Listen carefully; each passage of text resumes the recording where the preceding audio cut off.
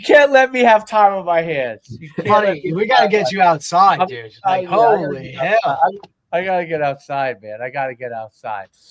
A little club music for you from New Jersey for Coach. It usually sets the tone like that. That's it. Holy hell. There we go. We got a few East Coast guys, so that pops up on the playlist. That's cool. Depends on who has the aux cord. Yeah, that's right. That's right.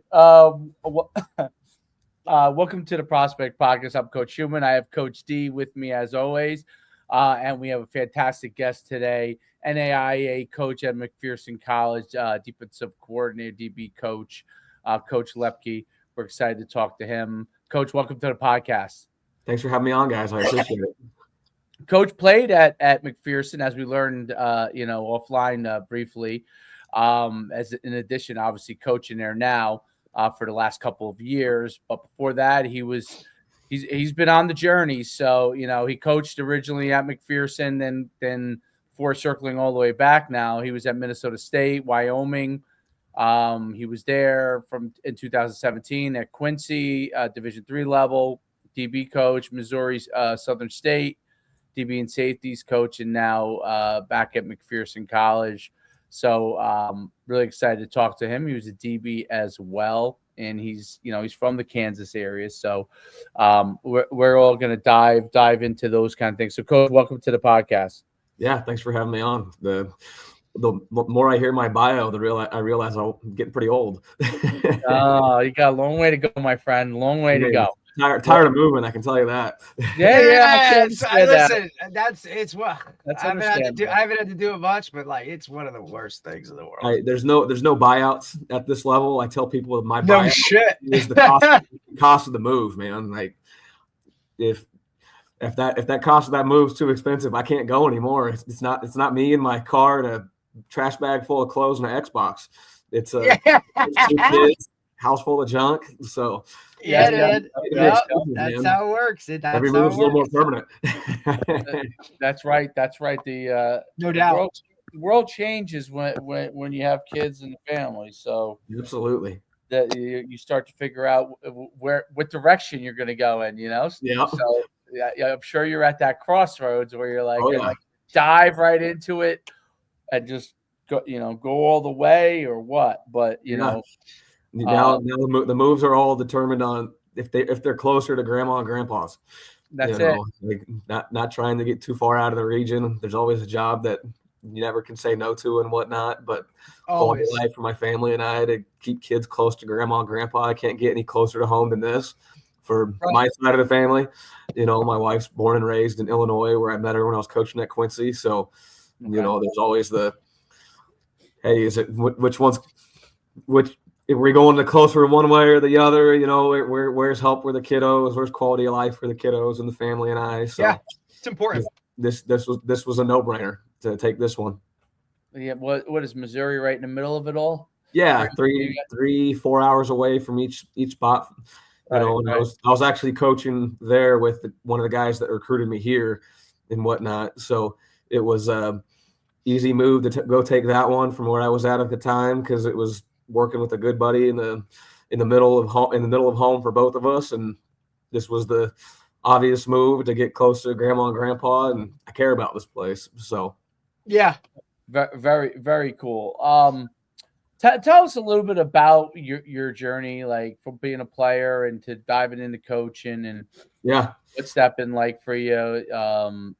You've been mostly in I have to say, other than when you went to Wyoming, you've really actually been, and I guess you were in Minnesota as well. Yeah, you've been able to kind of keep yourself within that range pretty amazingly. So talk about your journey so far. So kind of determined pretty early when I was in college that coaching college football is what I wanted to do. Started reaching out and whatnot, but as you kind of find out, it's about who you know. And I got real lucky here and got involved with the Good Coaches Network. My first coach here is Brian Ward, who's the DC at Arizona State now. He ended up leaving after my freshman year, then played for Joe Batasso, who's hired me twice. And then my last head coach is Pete Sturbick, who's now the offensive coordinator at Montana State. So got really lucky and exposed to a lot of different coaches. Went from playing, I coached here for a year. It was fun coaching my friends because they were calling me out and asking them to do things on the field that I think capable of doing. That shit's tough. And then I went to a Division II in Illinois at Quincy. Moved to Minnesota State Moorhead and loved it there. Wasn't necessarily trying to leave, but then Wyoming called, and that was the top of my network at the time. And when I played in this defense that we are on now, I heard about it from Coach Ward and Scotty Hazelton and Craig Bowl at North Dakota State. So getting to go work for Craig Bowl and Scotty Hazelton at Wyoming was a no-brainer too. And it was a pay cut, but it was also one, I think it's a 20-year investment in my career that's still paying off. Because I got my doctorate in football, to say the least. A lot of that staff still at the Power 5 level now, P4 level.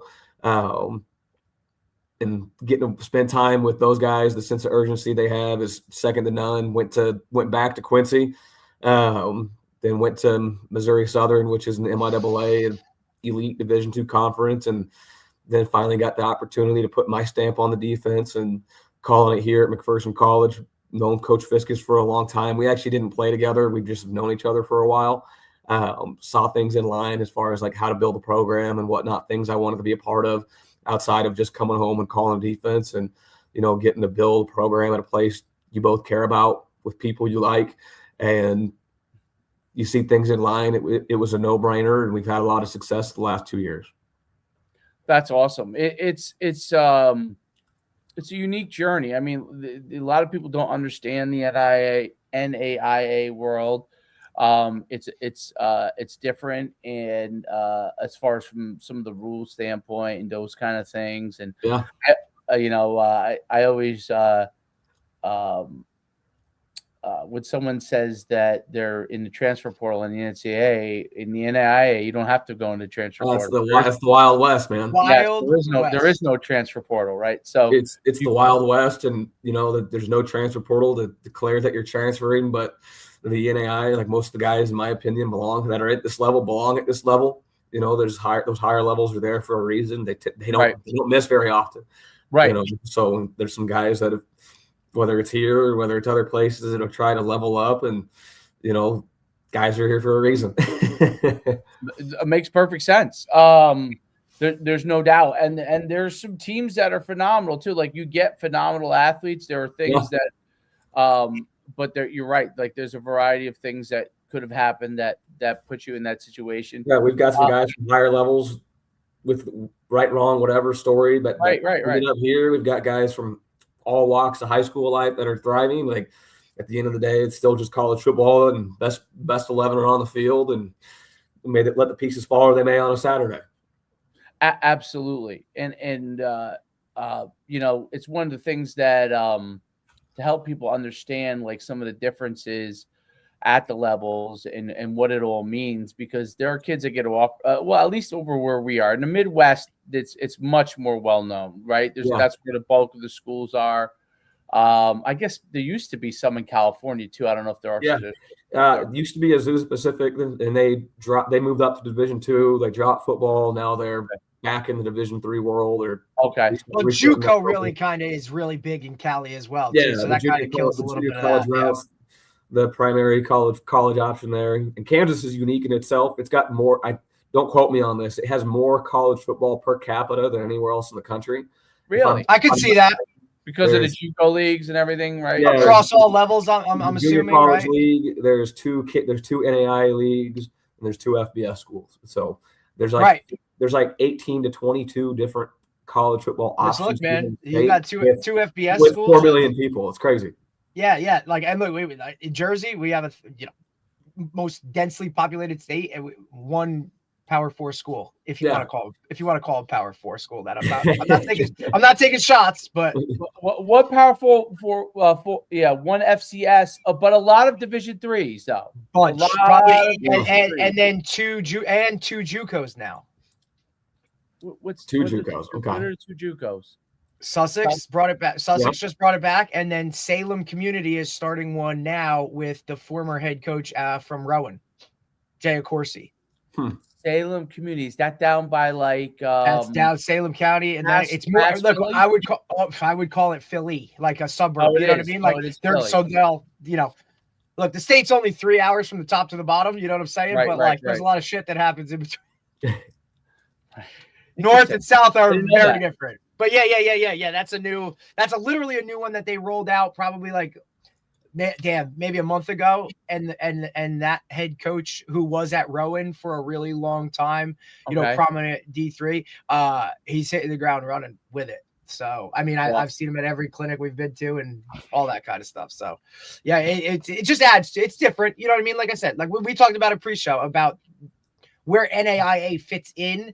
Yeah. It's also very different here. Like Lackawanna Junior College, which was like the hammer, they're moving to Division II, right? Yeah. So that's going out of the way. And then there's another school, another JUCO that's moving into actual NCAA world. So those are kind of like, going away, I guess. And everybody just wants to get into the NCAA, right? Like that's kind of the thing. So NAIA just it's a different mix. You know what I'm saying? Like there's 2 leagues within Kansas. Like I get asked, I think the first question I get asked every year is, do you guys offer scholarships? And yes, there's athletic scholarships and whatnot. Right. That's how much is subjective to the institution and whatnot. Every school has a different cap they're willing to put on things and whatnot. We have a school here that has set us up to be successful, which we're very, very thankful of. And as far as the quality, I've coached good Division II football, bad Division II football. I haven't had any Division III experience, but I put it somewhere in the middle of those two. There's some Division II teams that don't want to see us on their schedule. There's some playoff Division III teams I don't necessarily want to see on our schedule. Yeah, right. Yeah, no doubt. Good. It's good football. And like I said, we have a school that sets us up to be successful and whatnot with some resources, financial resources, some resources here to take care of our guys. And then our roster's 150-ish, give or take a little bit. We carry. Are there limits, or do you have roster limits, Coach? I mean, no, we don't have roster limits. We could make that thing as big as we wanted to, right? But we try to keep it around 150. I mean, it takes an army to get through a college football season. I guess maybe I was going to say my question should have been like, does the league itself put parameters on it? Like, and no. I know it's different because I know here, and I'll compare it to like where I played at Montclair State, the NJAC, like they have a roster cap of 105. Like you can only bring 105 to camp. And that was before even the Power Fours started limiting, you know, their roster sizes. Like it just had always been kind of a league rule. It might actually be 120 at this point, but it was 105 when I was there. And, that's a while ago, but yeah, they limited it. But like, you're going against teams like, Mount Union, who brings in 200, right? Yeah. Like, I think there's some teams around in the area that'll bring over 200 people to camp and whatnot. We keep it around 150, and during camp we actually break it into 2 practices. It's a long day for the coaches. The kids don't know any different. Essentially, you got the 3 deep practice, like the guys that have been here for 2-3 years, the ones you're counting on and whatnot, and a couple young guys may sneak into that first practice that are physically ready to play and whatnot, and then you kind of have the newcomer practice and the not quite ready sophomores, guys that need a simpler install. I mean, you don't get anybody young over the summer. You get them to fall camp in August, and you can pare down the install and bring them along the right way, and they get the exact same amount of reps. You're not looking at a depth chart for a practice of 8 guys in front of you. You're looking at a practice of 3 guys at each position where everybody's getting the same amount of reps. Everyone's getting coached equally between those 2 practices. And if someone dominates that second practice, the depth chart, they can move up in a hurry, and that's happened for us every single year. Some guys have been moved down because they're not playing well, but that allows us to protect those young guys a little bit, where the mental install is a little bit slower for them, but so is the physical install too. They're not dealing with a 3-year-old All-American breathing down their neck, while they're just trying to figure out how to line up in a 2-eye. Right. That shell shock, it's something we discuss on here a lot. I don't care if it's Power 4, FCS. Like now, the gap might be different, but whatever level, if you're playing at the next level, right? If you're playing college football in any capacity, that freshman year is rough. Like, I don't care if you're penciled in to be a starter walking in that door, or if you're just a guy that's hoping to go in like, hey, maybe I'll get on the team type of thing. That adjustment in so many ways to not just football itself, but socially, being away from home, all of those things kind of play such a role into it. I think that bridge, especially at the lower levels where, hey man, you don't graduate high school and then head to camp, or you're not leaving early so you hit spring, like fall camp is your introduction into everything. You're so bombarded with just adjustment to life. Like, you know what I mean? Like, it's wild. The expectation to have a practice where you expect a freshman to execute the same calls as some of my seniors that are going to have 3,000 reps under the belt with me isn't fair to them, Going against what might now be a 31-year-old. No, and there's some that get that whole call sheet the first day anyways. It's trial by fire, but as a whole, for us to be able to bring these guys along the right way, and they're hearing the same thing over and over and over for an entire day, not the first 4 or 5 installs on day one, like the older guys tend to get now. It's really helped us out, not only from a developmental standpoint, but from a retention standpoint. Those guys feel like they've got a chance. They're brought along the right way. Right. Like guys are paying attention to them. Like they feel like they're being like they matter. Right. Whereas most times they're just get to the end of the line. They're like, and that's a shell shock because here they just come from being recruited and kind of coddled and told how good they were and come here to now like camp. And it's like, wait, what do you mean I'm not? There's 16 corners in a line and you're 8 deep, and then all of a sudden you're at practice with 4 corners in a line and it's 4 deep, and you're getting the exact same amount of coaching and whatnot. You have the exact same amount of opportunity. Like the practice doesn't get scripted any different as far as reps go and whatnot. Just not all the bells and whistles for each side of the football. Like not all the moving pieces on defense, not all the moving pieces on offense. Right. And you're just getting to digest day one, day 2 install, and learn how to speak the language and play it at the fundamental level versus let's go run this whole call sheet like an adult. That's awesome. Absolutely, that's 100%. It's it's interesting because when players ask about the difference, like as far as what they can and can't do, like are there things that you try to point out to them that like might be an advantage that, let's say they're at the same like NAIA is like equivalent like Division II kind of roughly, right? Give or take a little bit school, right? Some of it's like more like Division III, some of it like are real high Division II, depending 100%. If you were to say like I'm choosing between a Division II school and let's say an NAIA school, like what would you say? Hey, these are the advantages to come in here. These are the disadvantages. You know what I mean? What are the things that you think work in your favor, so on and so forth? Speaking about us specifically, like man, our scholarship's an institutional commitment to graduation. Like we don't have to cut you if you're not good enough. I Division II world, if you're not in the 2 deep, 3 deep by a certain time and whatnot, more places I've been at, you're starting to, possibly talk about asking people to move on and hit the ever scary transfer portal and whatnot. We're at a place where we don't have to do that. And that's nice, but you're also protected for your academic career too. If you don't pan out like we think you can athletically, we're not held to the fire of having to find someone who can do it, like, because we're going to be allowed to do that every year anyways. But we don't have to tell that person we're cutting your scholarship because you're not the 2 deep, you're too expensive to have on the roster at this percentage and whatnot, and not playing. So we're going to ask you to move on or take a reduction. We don't have to do that. And so when I say it's the last line of developmental football, that's a academic development, that's a physical development, and sometimes it takes guys 2-3 years to be ready to play. Especially as a developed program like this. Well, if you're not in the 2 deep at certain places now, at the end of your third semester, they might ask you to move on. They might ask you to move on by the end of that spring now at the Division II level, because there's more guys out there needing homes that they have a chance to improve their roster than there are roster spots. We take our handful of transfers every year, but we're going to be a high school developmental program first. And that means everyone's going to get reps, everyone's going to get coached, and everyone's going to get held to the same standard. And we're also not going to have to cut you if you don't do what you're supposed to do on the football field. Right. Not to say that what we do isn't extremely competitive, because if you're not good enough, you're not going to play. But we're also not going to be looking at a roster cap that's, hey, we got to get our number down, because we're over the salary cap. The way our rules work, we don't have to do that.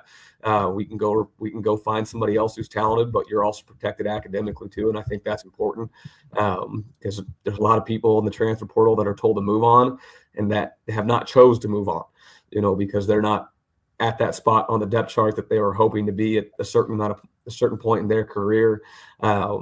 They're being told to go find a home, and now their academic careers in limbo too, much less of football career.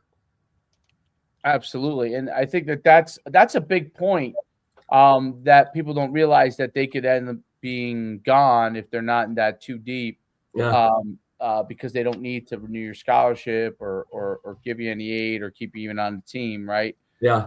Where you guys you have that opportunity, you can keep working. Do you guys play only a varsity schedule with such only a varsity schedule? That's where it's similar to NCAA. If you play a JV game, it counts towards your eligibility. And whatnot. So also, we're small staffed. I don't want to lose my coaches for a JV game on a Tuesday when we got a game. Right. That makes sense. Makes sense. Let's save our eligibility for the thing that matters, and let's work ourselves into that plan. You talked about defensively, like you came up in a certain system. Yeah. Talk about the system that you run, and it's kind of one of the things that you talked about earlier, that you really continue to want to evolve and learn in that system. Talk about that and what you're kind of running, what your emphasis is. Yeah, I mean, it's 4-2-5, 4-3, quarter half. I mean, cover 3, quarter half. I mean, it's as simple as zone eyes can get. Play man when we want to play man. But I grew up in this defense when it was the NFL Tampa 2, and right. now it's from the Monty Kiffin tree and whatnot, and now it's kind of more cover 3 than anything, which is fine with me. Put a post safety in the middle of the field, and let's make the quarterback throw the ball outside the hashes, because everyone's day one install these days, go straight to post dig and get to the quarters beater. Right. So let's, no doubt.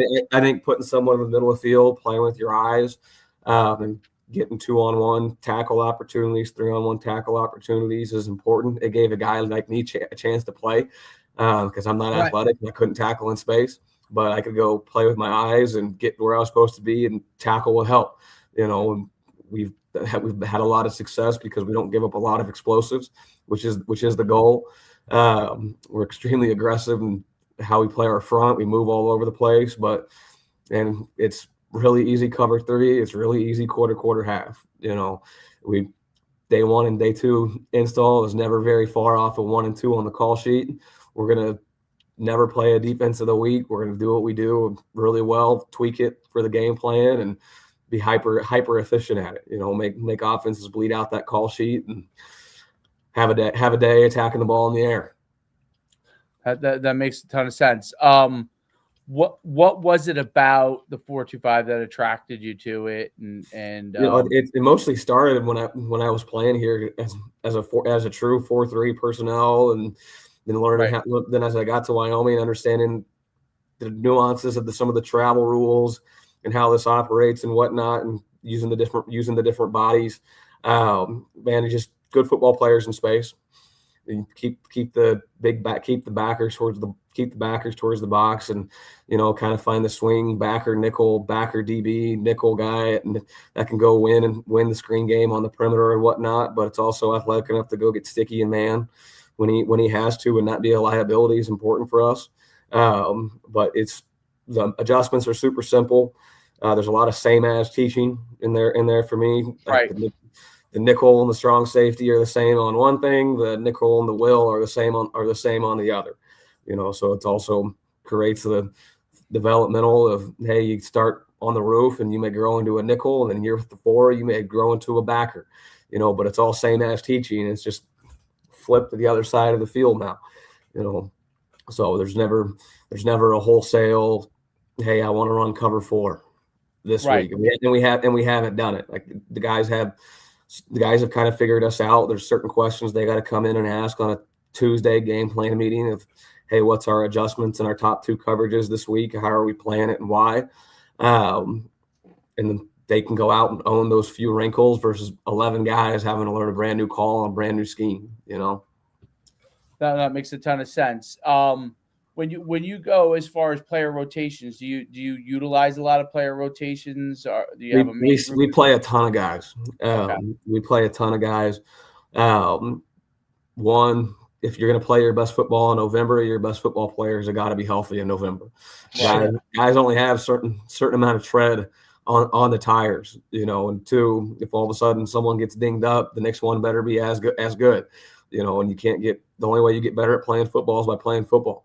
So as you go throughout the season, there's some give and take with what that rep count actually looks like. But I think when we said as a defensive staff on Friday, I try to hammer out the rep count so those guys know it going into Friday's practice, and they can practice that rotation too. Whether it's, hey, that's important.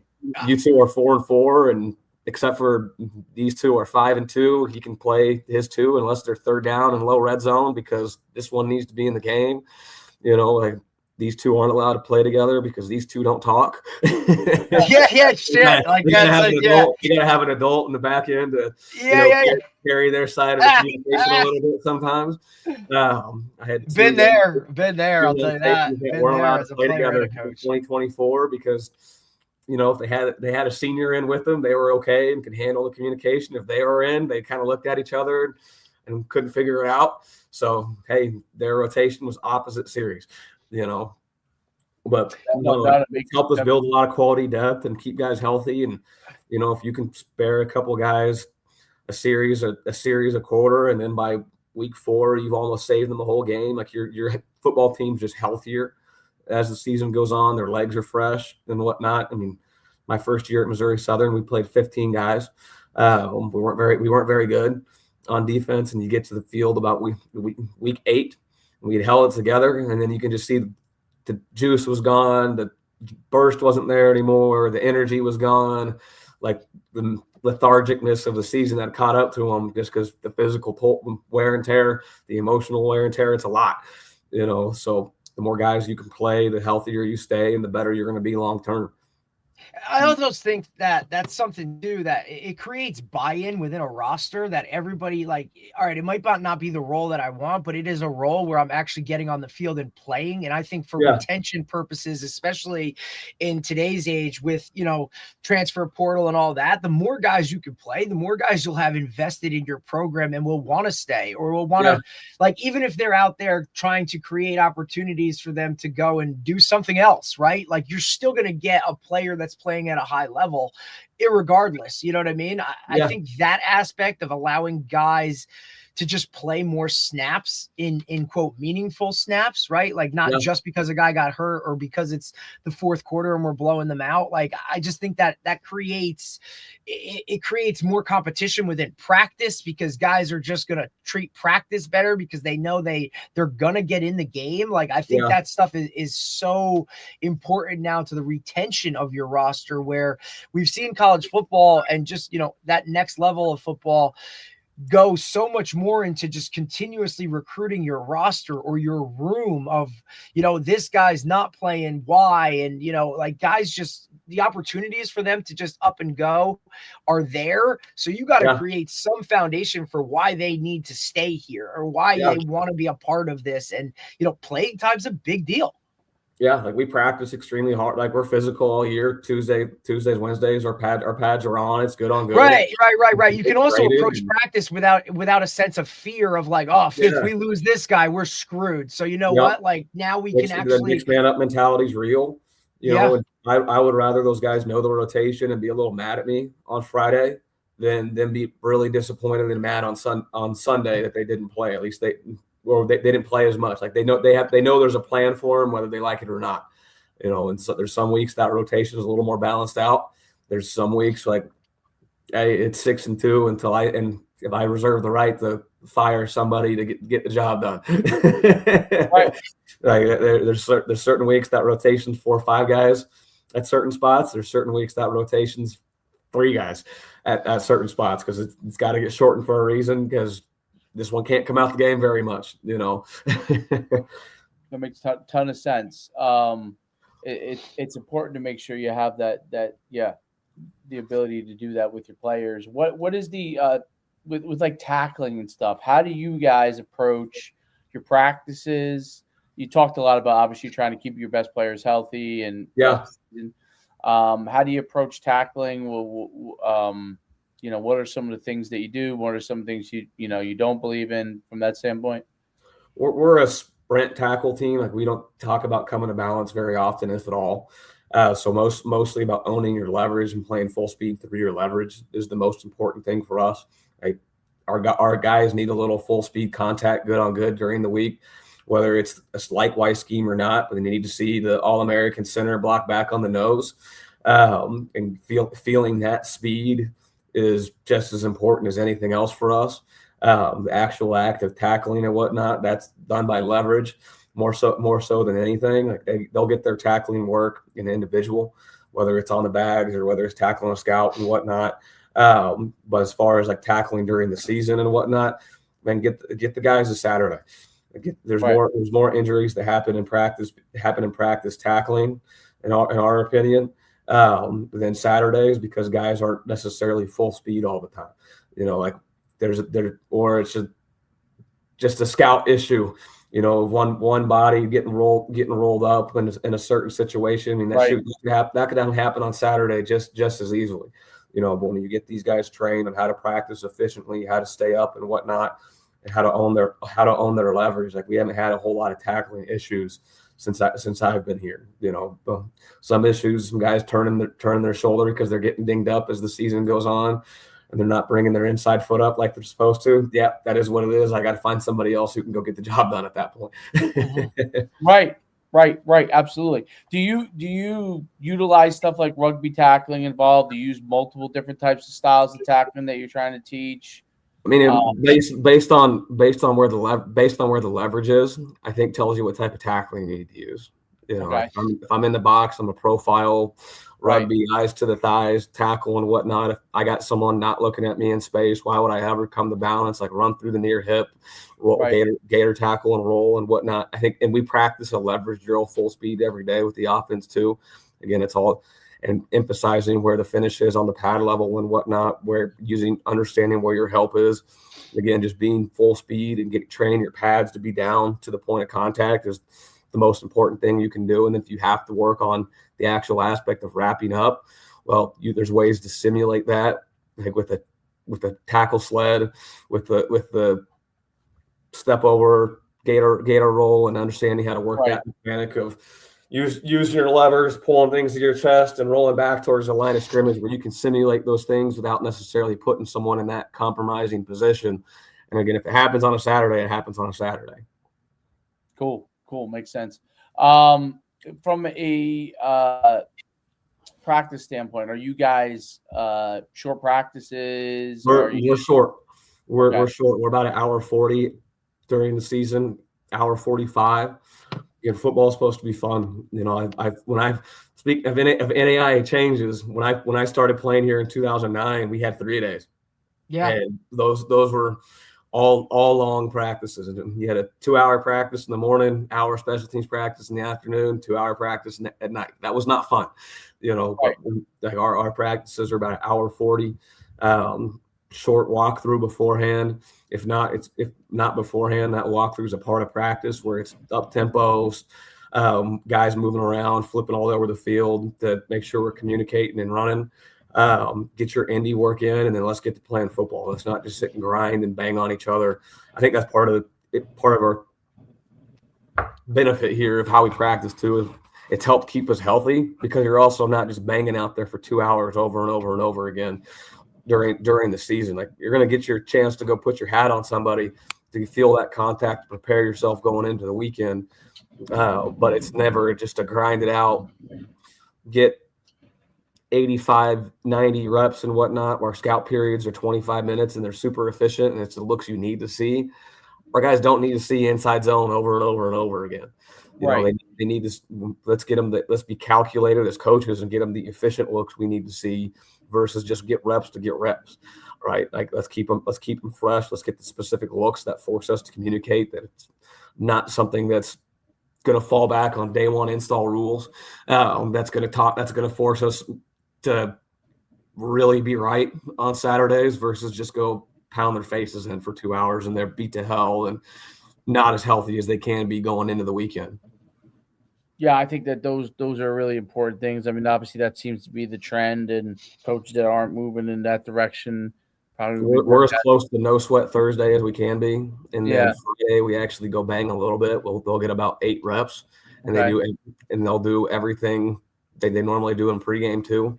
And so that includes a little bit of a thud during pregame. We're going to do that same little thud on Friday. It's kind of the Chip Kelly mantra of how they studied sprinters and whatnot. They got to have a lather going into a sprint. Football players, we kind of believe, need to have a lather going into Saturday. If you take the pads off on Wednesday, or if you take the pads off on Thursday, and you don't kick off till 7 o'clock Saturday night, that's a long time for your body to not be ready for contact. So when we pop a little bit Friday afternoon and you kick off at 1 o'clock, those guys have felt that violence just a little bit to have a taste, and we're a lot more locked in and ready from the jump than we have been in the past. Very cool. Very cool. That's interesting. I see people go both ways on the whole Chip Kelly thing. I mean, some love it, some don't. Because we've talked to quite a few people, right, Derek? That I would say it's kind of like split. You know what I mean? Yeah, I would say so. I would say, probably split on it. It's interesting the way that football is going from a recruiting standpoint. What are some of the key elements for you that are important when you're trying to find players? I'm guessing you're pretty able to be pretty heavy in the high school realm because of the situation you guys are. Talk a little bit about that. Yeah, for us, everything starts with filling out the questionnaire to get put in our system. And we operate with a large roster. It takes a large quantity of data to fill that roster, because I want guys – I can go evaluate everybody, and the first guys I want are probably Division II football players when you start watching junior film going into senior year and whatnot. So for us, efficiency by getting into the system versus me just watching huddle tapes randomly and whatnot. I bet personally for the class of 2026, I evaluated 5,000 to 7,000 defensive backs. But then 2, the academic profile. It's cliche, but it's always true. Like if guys don't meet our certain GPA requirement, the tape doesn't even get turned on. So if guys fill out the questionnaire and their GPA falls below it, we don't evaluate it because our system filters it out for us. And then we only watch guys that meet the academic requirement that we feel is a baseline of, hey, this person has shown a commitment to hard work, not necessarily that they're a high-level student, but they've shown a commitment to doing things right well enough that they can come into a structured environment and succeed. And we've been proven right, we've been proven wrong, but our model has gotten to be really efficient, and the academic fits matter because of those guys that, 1, are smart and do the things they're supposed to do and whatnot, and 2, the guys that aren't quite as book smart but are willing to take discipline to be structured and whatnot have fit with that academic requirement, and it's helped our retention.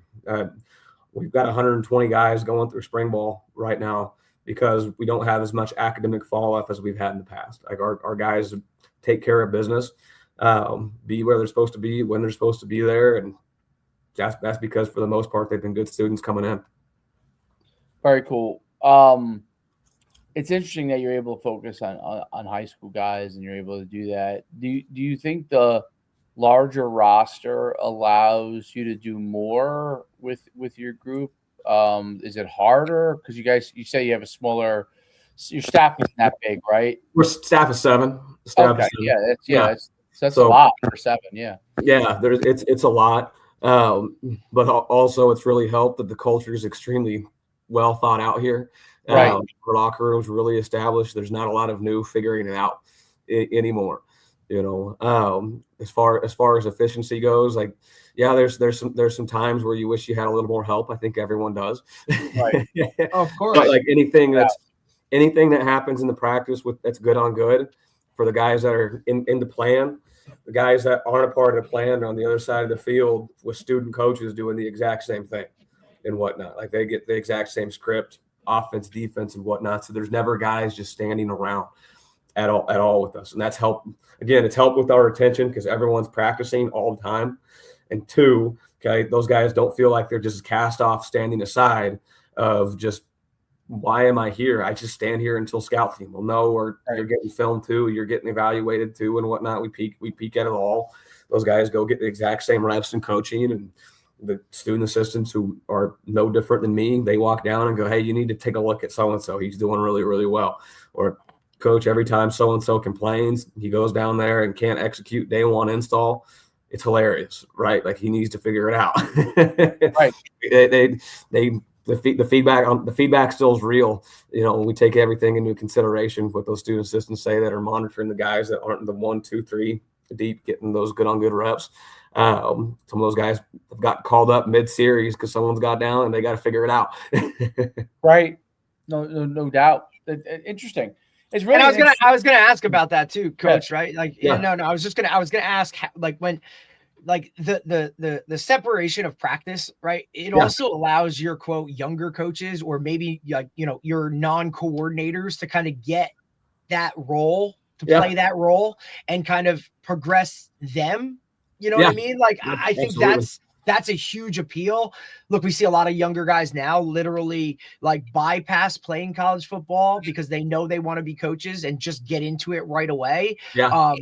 I think to the appeal, or to, you know, rather than go to one of these schools where you're literally going to be holding the clipboard or drawing cards or just, you know, doing all the mundane tasks that, like, yes, are they necessary to get into coaching, but they're not what you feel coaching is. To go to a school where you're going to have some hands-on and actually get to really, really coach like your own room, or, you know, call some stuff within a practice setting and all those kind of things itself, I think is a huge appeal. You know, I like, you know, touch on that a little bit, just kind of how that works in terms of, you know, your staff and kind of how you hammer that out. I mean, I think part of my job as getting to be an older coach now is to help develop coaches. You know, like if you're not, I mean, coaching coaches is real. You always have to make sure people are getting better. And if you are allowing yourself to, you know, do it all, you don't have good enough people underneath you to take things off your plate. Like coaches are always I'm an extension of the head coach, and the guys in their position rooms have to be an extension of me, you know, from a cultural standpoint, from a schematical standpoint. And if I don't allow them and help them do their job at a high level, what am I here for? You know, otherwise I would have all 4 position groups, all 5 position groups in my own meeting, and I would do that. I would do everything myself, you know. So the more I can put on those guys' plate and give them power to do some things and recall some things their own way, it helps me understand how they think just as much as anything too. I've seen our linebackers coach put calls on a script before for a section of practice that he's in charge of for our inside run period on scout and whatnot. And I look at it and go, why did you call this? And it's helped us add some certain things to a game plan that I hadn't quite wrapped my mind around yet. Yeah. You have to use your people. And that means you have to let your people make their own mistakes at times too, and not chastise and scream at them and whatnot. Like, all right, we made this mistake. Let's make it together and let's get on from it. Because nothing bad happens on game day. We all got to get better. But 2, okay, let's correct it now. Okay, talk about why that happened and what was the thought behind it versus just losing my mind on something. There's as passionate as we all are, like it takes a lot to really set me off. And hey, we all make mistakes. Let's figure out how to make it better. No, great point. You know, I was always curious about, and you may, if you don't know anything about it, you could certainly, you know, just tell me. I was always curious with NAIA, like the size of the school, and overall, and like the funding for the athletic department. Like, how does that work? Because they're mostly private schools, correct? There's a couple that are state schools. The one that comes to mind is Peru State up in Nebraska. Like, that's a true state school, so it's it's cheap, you know. But most of us were private, private liberal arts and whatnot. I couldn't tell you what our budget is. You know, I know it's enough to help us take care of our guys. They don't feel like they don't ever quite get enough. You know, everyone always wants more gear. And then the nice thing is about the way our head coach is, he'll bring guys in too. Like, look, man, I want you to see how expensive this stuff is yourself. Right. If I get you this, it costs you this, right? I can get you these three things, or I can get you this one thing, right? Where honestly, it helps some of those guys understand like what it takes to take care of this roster. Right. Like our school is 800-ish people, give or take. So we take up a huge percentage of the student population. Are athletes a large part of the population? Yeah. Okay. Yeah, athletes are a large part of it. And this is the only school in the country where you can get a 4-year auto restoration degree. Jay Leno is a sponsor of that auto restoration program here, which is actually pretty cool. You can't do athletics and AR anymore. Too much of they're both too intensive. Okay. But it's just one of the unique draws our school has that is helping us thrive, to be honest with you. But the nice thing is with us controlling the student a huge percentage of the student population, we tell our guys they set the thermostat on campus too. Like if they want the campus to be nice, they will take care of it. If they want people to be respectful, they will be respectful, right? Like they are the ones who ultimately set the temperature for everybody, because any given time in this county, we are the largest body. That's when we are all together, we are the largest organization in McPherson County. Right. That makes a ton of sense. What is the population of the town? About 13,000. Yeah, it's not bad. No, and there's about 10,000 more jobs here in McPherson than there is actual employees or is actual residents. Right. There's Pfizer has a setup here. Viega has a setup here. Johns Manville. There's a huge oil refinery. So there's tons of job and opportunity in this community. And, that's cool. But it's just also small enough when you're a McPherson college football player to go out wearing a McPherson shirt. People know who you are. There's a really good chance people know what organization you're tied to. that makes a ton of sense. No doubt about it. Last question I have. I was curious, like your off-season program, like you said you had 120 going through. That's pretty good. What is your emphasis? I mean, you have a great weight room, but I'm sure getting them all through, you probably have to schedule that out pretty extensively. But it's all based on class time, and we're pretty efficient. They get in there about an hour, 3 days a week right now. They're in there for about 1:10 and whatnot. There's 3 to 4 on a rack, and it's all timed out and on a coach's whistle. And man, it's pretty high intensity and efficient. Now is that you guys running it, or do you have a strength guy that's specific our receivers coach for football? Our receiver coach is our strength conditioning coordinator. Okay, that makes sense. Yeah. Again, there's 7 of us. We wear a lot of hats. Like I love that though. But I think that's phenomenal too, right? Because that now is a direct correlation of a football coach is putting you through your shit, right? Like, personal experience when I was at Montclair State, like our weight room guy, like he wasn't a football guy. He was the general strength coach of just, but we see guys like, we see guys have multiple programs and whatnot, like when they're done. But I mean, like this guy, it was like he just came in, and did what we did, right? But it wasn't that direct correlation or that direct relationship, of having that receivers coach on. And then obviously with 7 staffers, like you guys are in there, eyes on them, right? Yeah, like we're in there, eyes on them. And, like part of it's obviously the physical development, but the most important part of it for us is the mental development too. And intense and violent sometimes is the answer. You gotta kind of sometimes get after guys to really see what limits they have and whatnot, if they're willing to push past them. If you can I'd rather break someone in the weight room than see them broken on the sideline in September. And some of my older guys will look at me and go, "You chose violence today." I kind of want to know what's going to push your buttons a little bit, and where, if you get challenged, whether it's by me, whether it's by a teammate, or some receiver across the football starts challenging you, where's your breaking point, right? So we can figure out where that is and we can push past it, right? Like we practice tough all year, we practice intense all year, and we got a pretty mentally tough football team that someone starts barking at them, they're like, all right, they're ready to go. Bronze we want, let's go.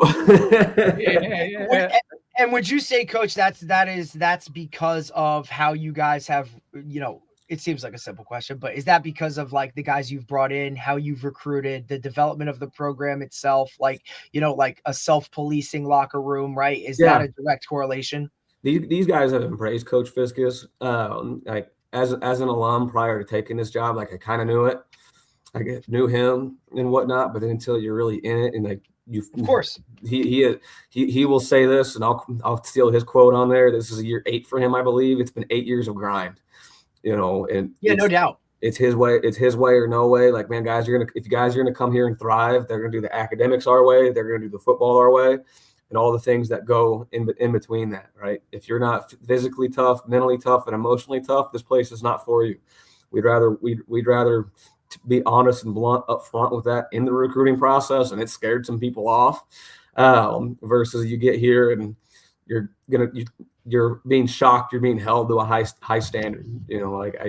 Defensively, like I have my piece on it, like the schematical piece. I can't hold you to the same standard as a freshman that I can a senior, but I can hold you to the same standard physically and how hard you play, the mentality we play with. Like I'm going to attack that action before. And we're going to bring along the schematical piece of it, right? But like these, if you don't come in here and you're not physically, mentally, and emotionally tough, this place is not for you, and we are quite okay with that. Right. We're not trying to raise Boy Scouts. We want them to be physically and mentally tough, and sometimes that means you just got to go whoop somebody's ass. Yeah. No, and I think, and by pushing that and being upfront and communicating that from the jump, it just adds. You know what I mean? It takes away from issues in the back end, right? Because a lot of guys want to pretend something is a certain way just to get a guy there, and then ultimately it doesn't work out anyway. So why bullshit that in the front end, right? Like, here's what it is. Here's what you're going to be expected to do. Here's the process of how we do things on and off the field. And like, look, you might want to think it's not true and we're not going to hold you to it, but we are, right? So here's what it is. And I think that surprise you, this is real mom and dad, like 100%. This is a mom and dad decision too at small schools. Like, mom and dad better know exactly what you're getting into, right? Because if they're writing checks, they better know, and they better be on board, because I'm not having mom call me asking why Johnny's not playing. Right. If that happens, Johnny's going to pay the price. Yeah. I love that. This is cliche. And I had a coach I worked with use this in the past too. And it's cliche, but it's when that's kind of real. Recruiting and choosing a school is like going to McDonald's. You're not going to like going to McDonald's every day, but you know exactly what you're getting. Yeah. Right? You order a Big Mac, you expect a Big Mac. You go to a school, you expect a certain thing, and you order a Big Mac, you look inside and it's a McChicken, you're going to be mad. Like, if all you do is have the fun Instagram pictures and you see all the flashy stuff, coaches don't tell you anything how it is, and all of a sudden day one you're getting your ass chewed because you're not running the football. You're looking in that bag going, that's a McChicken. Right. That's not what the coach said it was going to be like on my visit. Right. Well, I'd rather weed that out as much as I can beforehand. Not to say that you still don't, but I think you can always kind of see it in the body language in our recruiting talks and whatnot. You can see some parents and kids really lean in, go, yeah, I'm about this, and you can see some really kind of step back and go, whoa, this isn't what I thought this was. Right. That's okay. Yeah, well, that's an important thing in the recruiting process. But you're right. When you're going to an NAIA school, like you have to figure out what it is that you want to get out of that program, and so you're not rolling into Alabama, so you have to understand that there are things. Do you want to play? Like, that's a big thing. Like, do you really want to play the game, play what's the important it gives to you or it takes from you, and, and to get something out of football, you have to give everything to football, and like, doesn't matter whether, like you said, if it's Alabama or here, like, this is college football. The expectation I have for my coaching career, because is this where I envisioned myself when I said I was going to be a college football coach? No. Right. But am I ever going to get to that P4 level? Maybe someday. Right. But that means I'm going to hold myself to the same standard here that I would there. Like, that That doesn't No change. doubt. So why should our players have any different expectation in college football at an NAIA level that someone at Kansas State University has? Like, if they want to play college football, let's play college football, right? Like, let's do all the things it takes to win. Let's do all the things it takes to get good at what we do. Let's coach. And I also feel like you're have a good locker room and a good culture. You'd be doing your players and parents a disservice by doing that, right? Like, you're coming to an NAIA. Like, no, bullshit, man. Like, you're coming to play college football. Yeah. And guess what? Like, all right, we're not Alabama. We're not a TV school, I call them, right? Like, you're not the primetime game on CBS. But guess what, man? We're still going to hold you, and you're still a college football player. And there's a standard, and they need to be praised that you're already on a different level, because look at your high school team, man. How many of those guys are doing what you're doing right now, or even in this recruiting process? Yeah. Absolutely. So take this thing and run with it. I played small 1A football in Kansas, and man, I might have been the only college football player on the field on both sides for 3 years in either direction, and then all of a sudden you show up here, there's 22 college football players on the field. And damn right. One of them's an FBS bounce back. The other one's Mitch Leppke. Well, that's, I always reference that too, Coach, right? Because I started at an FCS at Sacred Heart, right? And then I went to Division III Montclair State, but I always reference that. Look, I played with a lot of guys at Montclair State, a Division III, that would have dominated at Sacred Heart, or were just better than Sacred Heart. So you never know somebody's situation. My head coach uses, like, you never know somebody's invisible backpack of what they got going on, or how like their track to where they are. But everybody's where they're at for a reason. You know what I mean? And then I think you just pigeonhole guys because they're at this level, or it's not an ability thing, right? For the most part, it might be, but like that might have something to do with it. But there's always a lot more that goes into why guys are the way they are. But that doesn't mean I should treat you any different. You're still a college football player. You still deserve the respect. You're still working your ass off, like, if not even more so at that level, because you're not getting the bells and whistles, right? Like, you're getting one t-shirt and maybe a pair of shorts, buddy. Like, when people watch our tape, I don't want them to see level. I want them to see good football.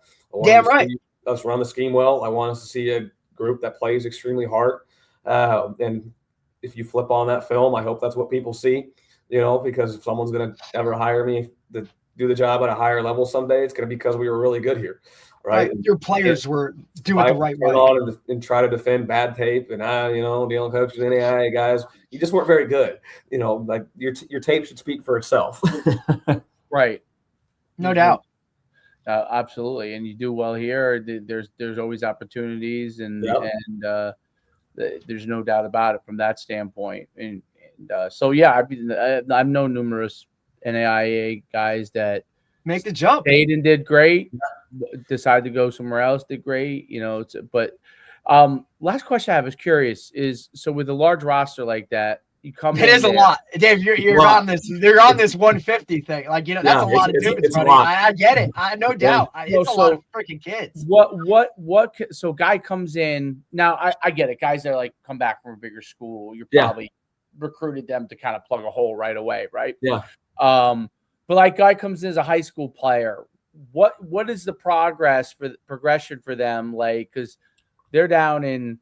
And I'm just thinking, like, I played at FCS, and I was on scholarship, and I remember I came in, and we probably had about, I don't know, maybe 110, 120, I would say. And probably I remember we're coming in there, and I was like number 6 in the depth chart. And I was like, holy shit, like that's a climb. I climbed pretty quick because I was on scholarship, and I was gonna get opportunities, right, over some maybe walk-ons that have been ahead of me. Which, Dave, that's a key point too, right? And that's a whole different conversation of the opportunities you get as if you're choosing. If you're a money guy, you're gonna get more opportunities. No doubt. Yeah, there's no doubt. Yep. Like, you have the first right to fail. I guess that's the best way to put it. 100%. Like, hey, you get the carries. This guy doesn't.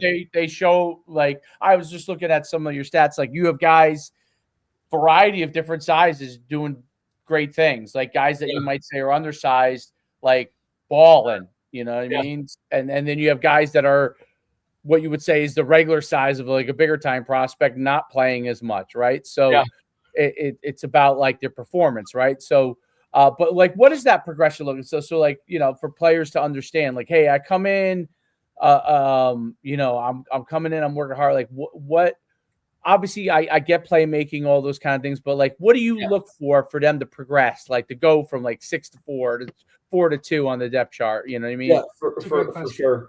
And staying in a fight and being a self-starter.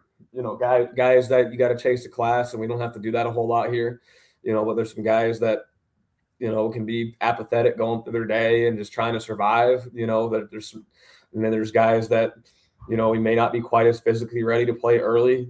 Right. They see a little bit of success, or like just my time's not there yet. Like, you see the wheels starting to turn a little bit. They're frustrated when things aren't going their way.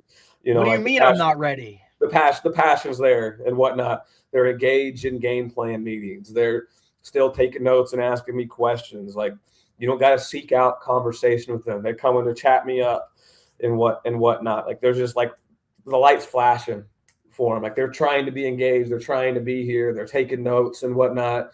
Some of those guys will find themselves playing 2 games so they can still redshirt. And some of the, is that what it is? Is it how many games is it for you guys? 2 so they can play 2 NAIA. Yeah. And what defines playing? A snap. Which doesn't that suck? You're like, dude, like, oh shit, like it was some guys, one play. Had a couple of guys play 2 games this year that they stayed in a fight, and had gotten dinged up and then found themselves on the special teams depth chart as a 2. All of a sudden they steal a rep on punt return. Or like a guy that keeps their red shirt on the entire season and whatnot. You ask them to change their body. Like, hey, here's what I need to see when we kind of come back in January. And then all of a sudden the guy that you asked to lose 15 pounds has lost 15 pounds and looks like a different cat. And then there's some guys that put on a bunch of weight during the season, doing it the right way, go home, don't do anything, and they lose it all. Right. Guy, we're starting at ground zero again. What are we doing? Doing it the right way, Coach. I love how you slipped that one in there. Why are we going home and losing all that weight when you just worked so hard to put it all back on? Right. I was like, you look like a guy who did nothing over break versus the guy that, comes back in and attacks the weight room right away, and other guys that a self-starter struggle to get themselves going again. So like just seeing guys like start to believe in the process for me, and not just survive it. That's the most important thing. If you're going to be here, be here. Like, let's be all in. The guys that don't just be a placeholder, right? Like, those guys that just like, I got to go to the weight room, right? Yeah. Or like, hey, just make sure you like, Coach, I'm here. Like one of our offensive linemen has a great term for those guys. He calls them NPCs, the non-playable NPCs. Yeah. Like what is it? Non-playable character. Non-playable character. It's like when you're playing video games and that's the guy in the sideline you run over. You know what I mean? Like there's been some guys that like they'll say something in the group chat and he'll be like, "You're an NPC, man. Like do something before you start." Like right. You want to look, and there's a lot of those guys. Value. Like not even play, but just do anything of value for this program before you start spouting off in here, you NPC. I love that. I love that. I do too. Coach, it's funny you bring it up too, because like at the high school level, right? Like you have a ton of those guys that I want to play college football and I want to, I'm going to be this. Maybe they had a little bit of success as a sophomore or a junior, right? And they talk about it, but then when it comes to, all right, now you got to put the work in, and they're the guy in the weight room where you're like, hey, did you do the warm up? Like, hey, I just watched you. You didn't do 10 reps, right? Like they're the guys you're always pushing. And then it's like, man, like, don't just talk about it. You got to be about it. And if you really want to do this, you got to like every aspect of your life has to revolve around this. And it's not just when I'm watching, right? Yeah. Like I got to see, like, what are you doing in school? How are you handling yourself like outside of the weight room or practice and all those things, right? Because this game at the next level, it's so much more about all of those things than it is just your physical performance. The logo never comes off. Like you're always a McPherson college football player. Like I'm always a McPherson college coach. If I go to the bar and make an ass of myself, that looks bad on them. That looks bad on all of us. These guys go out in town and make an ass of us. It looks bad on all of us. And it says McPherson college football player before it says my name. I'm going to be tied to the organization before it's going to say my name on anything bad I do. And our guys are the same. And some of these guys with Coach Fit have been here with Coach Fiskus longer than me, and they've helped raise this program back to where we all want it to be, and they refuse to let it settle. And man, if you mess up, there's a price to pay, and some of these guys revel when making them pay the price because they've done it themselves, Right. But I think that's a huge piece to it too, is like there's got to be consequences for certain things, right? And it doesn't have to, it's not the end all be all, because we all understand that guys make mistakes. But when you're like a repeat offender, or you're just that like bucket dipper where you're always so like negative or whatever, like that shit ruins a locker room real fast. And especially with we've discussed it like on end about with the transfer portal and bringing in certain like it's got to be the right fit, not only like player wise and like schematically X's and O's, but like man, you bring the wrong guy into a locker room now on like a 1-year deal, like dude, like you could set that program back for years, man. Like everything in our program has a price, and the guys kind of know what the price is if they miss a class or whatever and whatnot, which is awesome. And they for the most part handle the punishment themselves. It's God, that's awesome. Really nice when you can just put in the group chat, hey, so-and-so missed class. And so there's just guys like chomping at the bit to go, Coach, we got it. 100%. Like player-led. The player-led aspects of it's very, very real. Coaches can't always be the bad guy, and it's a whole hell of a lot different when it's your best friend holding you accountable. Damn right. And the guy I see walking the dorms every day, compared to Coach Leppke's just a grump. He's old. He's living vicariously through us. No, I'm just trying to make sure we can do a good job, and I can continue to be the coach here at McPherson.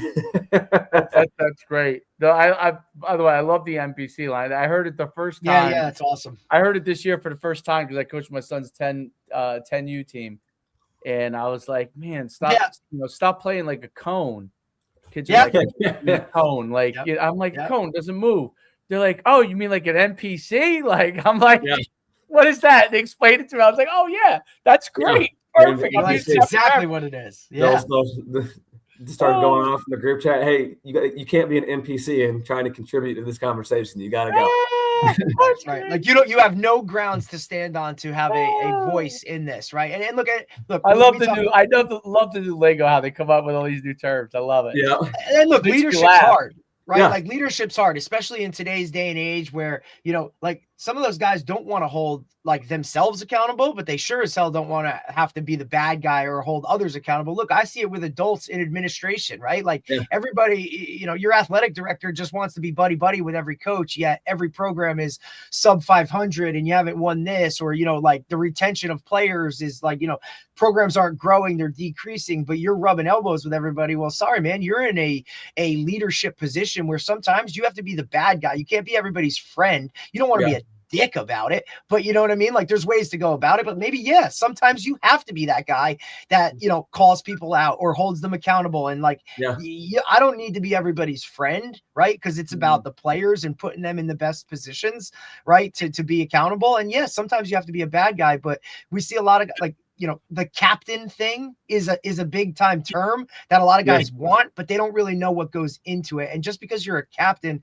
doesn't necessarily mean you're the best leader, right? Like some guys put guys in captain spots because, or give them that C. And it's like, well, what defines that? It doesn't have to be the guy who's always screaming, yelling, doing that shit. Like, you know what I mean? Like there's a lot that goes into it. And some guys just don't want that smoke. Just because you're the best player doesn't make you the captain. Nope. That guy just wants, hey, I just want to play. Right? Like, I just want to go out there and do my thing. I don't want to have to tell Jimmy that, like, dude, what are we doing? Like, coach, coach doesn't want that, right? Like, it's a lot, especially at, the younger youth, middle school, high school, we're fitting in. We have this discussion all the time about, like, that's the prime time of your life where, sitting at the cool table is the only thing that freaking matters. And that at some point, you sacrifice merely maybe what you really, really want to be that cool guy. And it's like, man, like when those guys are, doing whatever after a game, like maybe you go home, right? Or tell those other guys to go home. Like that's a leader. That's what it really takes to play at the next level. It's just a different, being that leader. You're either born with it, right? Or you just don't have it, or you don't want it, and that's okay. But I would like to know. There's some of them that don't want any part of it. But man, this is a culture built on competition. Damn right. And holding people accountable and having high standards and being held to those high standards is a privilege because it means something and you're going to win something, hopefully. Damn right. And that's obviously the goal, right? Is football is the ultimate team game where, it's not these other sports where you can go and be the guy and have a lot of success and still be okay. Like, no, man, like, and you just don't get as many opportunities in football, right? Like there's not many games. You don't have many years to actually play the sport. To be a part of something, it's something I think with NIL and the portal has changed a little bit. We talk about the name on the front in comparison to the name on the back of the jersey. And look, I'm not shitting on this generation or understand, but like, because I don't know even if I was in that situation, if somebody offered me $500,000 to go play on a roster that was going to go 2 and whatever, but I was going to make some real deal money, like what decision would I have? I don't know, right? Yeah. Like, because I would never be in that spot. It's difficult for these kids now, and for the old heads to kind of call them out on it and be like, well, like team is this, like that's life-changing money for some of these guys, right? Yeah. Or a life-changing opportunity to put themselves in a driver's seat for life. Sure. So I don't really know, and I'm not about to, play that guy or whatever. It's different for every single person. It's a really hard thing these guys have to deal with, but to circle back, there's no better feeling, right, than winning as a team, those 24 hours after a win, any win, I don't care what it is. Cause every game, like win or lose, it's really hard to win games at any level in any capacity, plain and simple. I think that euphoria is just so unprecedented, like, I don't know where you feel it anyway, in any other form of life, right? Like maybe having kids. Football is the ultimate. Different. Football is the ultimate force of the tree sport. Like it takes so much to give yourself an opportunity to win, much less go out and win. So like you can't cheat this process at all, right? Because it'll find you. Yeah, it'll find you. If it doesn't find you one week, it will find you the next if you cheat. Yep. And you can't bullshit it, right? Like like you can't bullshit kids in recruiting, you can't bullshit them with like if they ask you a question and you don't know it, like they're gonna call you out. They're gonna and they see right through it, and they know what real is always real, irregardless, right? And they're gonna be the first ones to call you out on it. And as a coach, like it's your job to just figure it out, man, and just put it out there for them to be successful. Yep, absolutely. No doubt about it. Well, Coach, it's been fantastic having you on. Awesome. I learned. Yeah, thanks for having me, guys. Really, really great stuff. It's you guys have had some really good, really great season this past year, and you guys are really building something special. So before you got on, Coach, I was saying, like, you know what I mean? Like, it's always great to have an NAIA guy on because it's like the forgotten level of football, right? And a lot of people are uneducated on it. Yet it's this really big it's an opportunity, another avenue for guys to go and play like at that level, irregardless. You know what I mean? Like, I think geographically for us personally, it has something to do with it, right? Because there's not that many NAIAs East Coast or just, kind of the Midwest is really where it's, kind of solidified and whatnot. Yeah. But so whenever we get the opportunity to talk to a guy like yourself, it's just always so good. So I really appreciate you taking the time, Coach. No, thanks for having me on, guys. I appreciate it, and hopefully we can do it again. Absolutely. No doubt. Yeah, we'll get you back and talk some actual exo schematic stuff. Yeah, for sure. Absolutely. All right, Coach. Have a great day, Coach. Yeah, right. Thank you, guys. Bye. Good stuff. Sharp cat. Definitely. Absolutely. I still always find myself when we talk to like coaches, like, would I want to play for that guy? You know what I mean? Or could I play for that guy? You know what I'm saying? Like, I just put myself in that situation. Like, yeah, I'll run through a wall with that guy. Like, we're good. I wish to me, that's the whole part. Like, I don't know. Like, I still think that way. It's just, I don't know. I always try and be like, if I was going to send one of my players to coach, right? Like, would I want him, like, would I feel comfortable, like allowing my kid to go do that or one of our players to go do it? And you know what I mean? Like certain guys check certain boxes and whatnot, but it depends on what their situation is. I mean, no doubt. NAIA, like, I think it's always like where he is, people from like Texas, Illinois, Missouri, Kansas, and maybe out west. I think they understand what NAIA is better. Definitely. It's much harder for players from the East to go because those Midwest guys get the kind of like you said, like They with a understand scholarship it more. personal PWO guy, right? Like it's the same type of situation where those guys are going to get those opportunities because they understand it. Yeah, and they understand that process, or Right. or Not about, that you can't go research it, but it's yeah, still tough. Don't get me wrong. it is. It's You just hard don't enough going understand. away. It's especially someone you're not that sure about. So, but like Or that's why I just think that's the great of culture the shock way that. for us, right? Like imagine going to live in Kansas, living in Jersey your whole life. Well, if it was like Kansas or Kansas State, I would understand what a big university would be. You know what I mean? But it would be hard to understand for You're still me. in Kansas. A small, yeah. But Wait, those there's a college- tornado? What's that? they're like when you're in those big college towns, dude. It's awesome. You know, like Now but- look, here's a question I have for you, right? Like, Mm. because like is UConn like a Kansas or a Kansas State college town wise? Like when you say big time college town, the first thing that goes to me is like Morgantown, West Virginia, or Ohio Kansas, State. Kansas State, Like, you know what okay. I'm saying? Like those. Like, is Rutgers that? No. Is So Rutgers now, is Penn State Rutgers is that, is as big. Rutgers is as big. but it's not that Absolutely. town. It doesn't have that same atmosphere. Kansas UConn? State does. UConn definitely does. Yeah. UConn And has is it because it's just so it's too bad there isn't a football stadium on campus because it has it. Yeah. There's no doubt. kind of like UMass because they don't have that same type of UMass, when I visited, that was one of my official visits. One of the things I didn't love about UMass was it felt disconnected a little bit. So meaning like I feel like UConn, Rutgers is like that because you gotta like it felt a shuttle little, around. Does that and make I- sense? yeah. So you had to go to this building for this and this for that at UMass.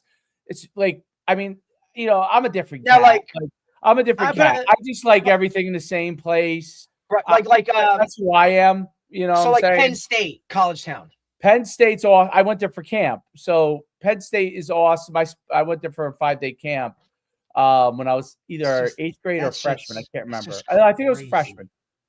Because obviously, look, personally, never experienced any of that stuff. I've been to some places, right? Like Penn State's like- awesome. like It's Gainesville, huge, though. Florida Penn was State's awesome. huge. Penn Right. State's huge, but Penn State really is a A college town. college. Yeah, it's Morgan, huge. like West Virginia, same thing. I've never been to Morgantown, West Virginia, but I would imagine yes. Like Michigan State, like they're like that. Michigan was interesting. It was so big. Yeah, fuck. I don't know. I'm sure it is. I'm sure it is. But I'm just saying it was so. But I'm big. just talking like in the grand scheme of Yeah, things. I mean, right? and Like, everything when you're was talking college town. Michigan like, State. I'm like sure is. I'm sure Syracuse? Michigan is. Syracuse, to me, I went there on like I did unofficials there in the spring, and I went to junior day. I liked it a lot because it was Syracuse at the Yeah, time. hell yeah. Syracuse was a big program, and George running back DeLeon, you, George DeLeon was the guy who the recruited me. best. Bro, rest in peace. He was the best. Yeah, he was the guy that recruited me, so I had a really good Shit, relationship. he recruited my dad too when they were at Western Connecticut with Paul Pasqualoni. Like, Yes, so Paul Pasqualoni was, yeah, that's what they all it were. is. That was a real funny conversation of like my dad's. Wait, who recruit? Like, who just sent you a letter? He remembers like, everybody. I'm like, this guy George DeLeon. He's like, holy, you know what I mean? Like, George now the wheels DeLeon start to came to turn. Syracuse was one of those places where they offered. I don't think he ended up going there. There was one guy ahead of me, Rusty Swartz, who I think died. I think he played at Rutgers. Maybe that's why. And they really wanted me more as a linebacker, but you know, I really only I was a safety in high school until my senior year. So You would have had to do a lot or figure it out. Well, I played outside linebacker my senior year in high school, but it was really just so I was a weak side, 3-4 outside linebacker, so basically I could rest. That's the only way. But Syracuse was awesome. There's one negative I thought. There was one negative. Well, besides the freezing cold. Cold as shit. It was cold. It was actually colder than UConn, I thought.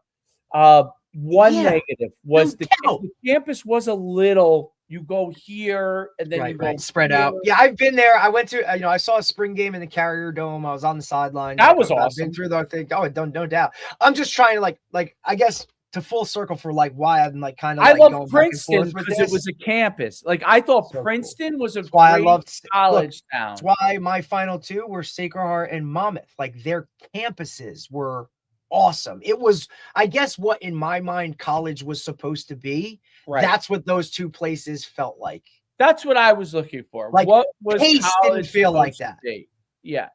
So I could, like I said, I could have went to pretty much any Ivy, maybe only not Harvard because the Harvard guy asked me to make a decision right there, and I couldn't make it at the time. I was like, I don't know. He's like, do you want to go to Harvard? I'm like, I don't know. Like, Corners coach from Sacred Heart just went there. He just got a job on Harvard. I mean, it's a great place. If I could do it over again, I probably just would have said yes. But I also so I don't know, to come full Yale circle, like, was not a college now. So Yale, I didn't. No, New Haven. I didn't love Yale, even though I could have went there. Carm Koza was recruiting me, and he. I just think it's like I think that's what hurts Rutgers. Yeah, even though now as an adult, I like going to New Haven. I like New Haven. Different, 100%. Love it. I just love Connecticut. It didn't really vibe for me. Right. Same thing. So as an adult, I'd rather go to New Haven actually than go to up to UConn. You know what I'm saying? Look, we always go back to like you have to know who you are as a person, which is really hard as a senior in high school, right? Like you got to know what you want to do, big school, small school, you know what I mean? Like all these things, cold weather, warm weather, like that stuff all plays a freaking role, right? Like there were guys I went to high school with that would like, they were drooling over Coastal Carolina. You know what I'm saying? Like, this is where I'm going. I'm going to South Carolina. I'm going south. I'm doing this. I'm doing that. I mean, look at even some of the guys that played for us at RBR that didn't want to play football. They're like, yeah, I'm going to go to Georgia. I'm going to go to, I've been to Coastal Carolina. I'm going to go to some of these other spots. I don't know. It's amazing. So I think South Carolina is awesome. Like we talk about Charleston. Coastal Carolina campus though. Right. Now, like the setting of Charleston is different. Like you drive around like this and you're out of there. Coastal Carolina. It's like this. Right. Like I get it. It's a Division I program though. Like right, but that's what I'm saying. Like in retrospect, like even like a Temple, I think that hurts them because they're an urban, right? You're in the city, or even like and then at the same time, really hard. Loved it. I was shocked that he went there. You're like, really? That's where you're gonna go? Okay. But he loved it. He loved Philly. He loved Temple. Like that's what I say. Everybody has different needs, right? Everyone has different needs. That's why, like, when guys commit, guys are like, oh, well, why would you want to go? Like, what the? And it's like, dude, I loved it. I thought this was great. I want to go here, right? Like, we've had some of our guys, like 2 of our guys on our roster are going to go to Eastern, right? University, Pennsylvania. Guys are like, why are you going to go there? They're like, because I loved it. Eastern University in Pennsylvania. They're a fairly new program. They just went they're in Pennsylvania. These guys, D3. But they went there and they just loved it. They loved campus. They loved the staff. They loved everything about the school, dude. Like everything, whatever.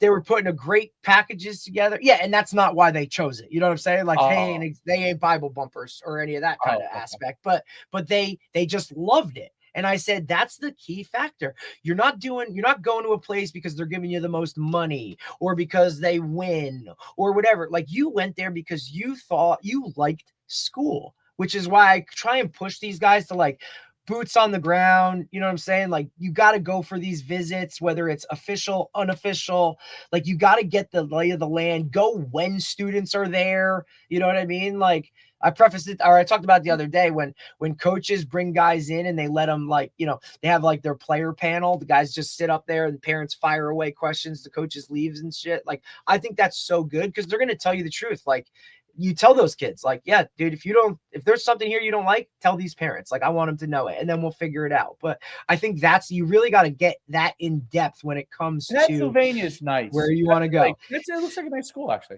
See, and it's beautiful. Like, stuff.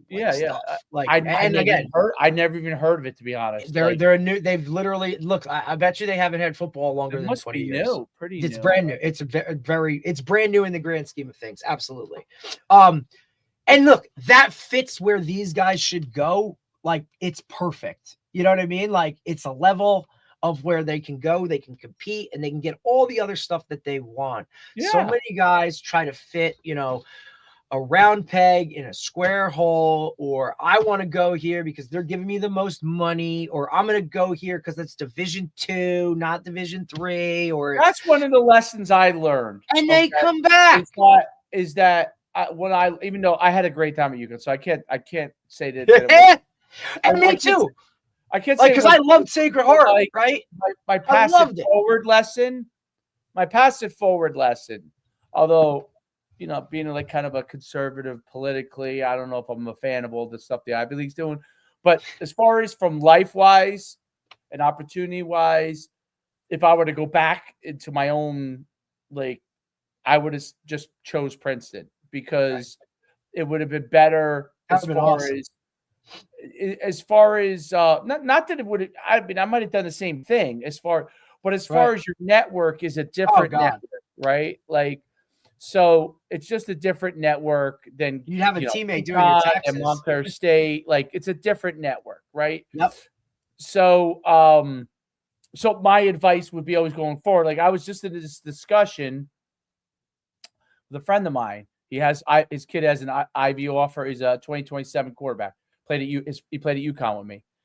He already has Ivy offers. Okay, nice. He's very good. He's out in Arizona. Oh, really shit. Good. Top 25 program in the country. He's the quarterback. Okay. Nice. And literally ranked 20. I think they were 23rd this year or 20 something. That's awesome. Good for them. So yeah, Arizona really football is silently creeping, buddy. Yeah, it's good. Certain places are good. There's a handful that are really good. Right. Their top schools could battle with our top schools. I get you. I bet. Yeah. And they've had a population influx too, right? So boom. Yeah. Definitely. So, but what was he actually asked me? He's like, because he sent it to all these different schools. I'm like, he might end up if he gets a home run, quote unquote, meaning Arizona State. If he becomes an Arizona State, his father played at Arizona and then transferred to UConn. Wildcats. So yeah, he was a big time recruit himself. His father. So quarterback. No, he was the linebacker after me. I was still in grad school there, so we became friends because he was he was really I think he's my age, you know what I'm saying, because he transferred. But he was still playing. Awesome. I was in grad school. So I was done. But really great guy. If you were to say replica builds, he's 6'1", he was 235. Same build, same kind of person, a bullet track kid in high school kind of guy. That's who he was. Shit, he went to Arizona. Right. He was a bullet. Supposedly he was a bullet in high school. And same thing, 6'1", 235. But his son's his son's a really, I watched his film, really good. But he already has Ivies, but he knows with the transfer portal thing, it's going to be a battle. But I said, listen, you get one of these home run schools that you're hoping for. Yeah, you get 5 more. That's one thing. I said, if you don't, I don't know how you could turn down IB in today's world. I said to him, I think about it this way. I think about it this way. After 4 years of going to IB, you get that degree. The way it works now, you probably still have 2 more years. The way it works, you'll get 2 more years if you really push the envelope. Go play somewhere else. You could go get a grad school. You could go to a big time school. And you'll know at that point if you're that level, if you're that good anyway, right? Yep. So, because all those guys are, now if you get Northwestern, Duke, obviously the kid must be a high academic kid. Vanderbilt, one of those schools, that's different. You get one of those, no doubt. That's the same thing as going to an Ivy.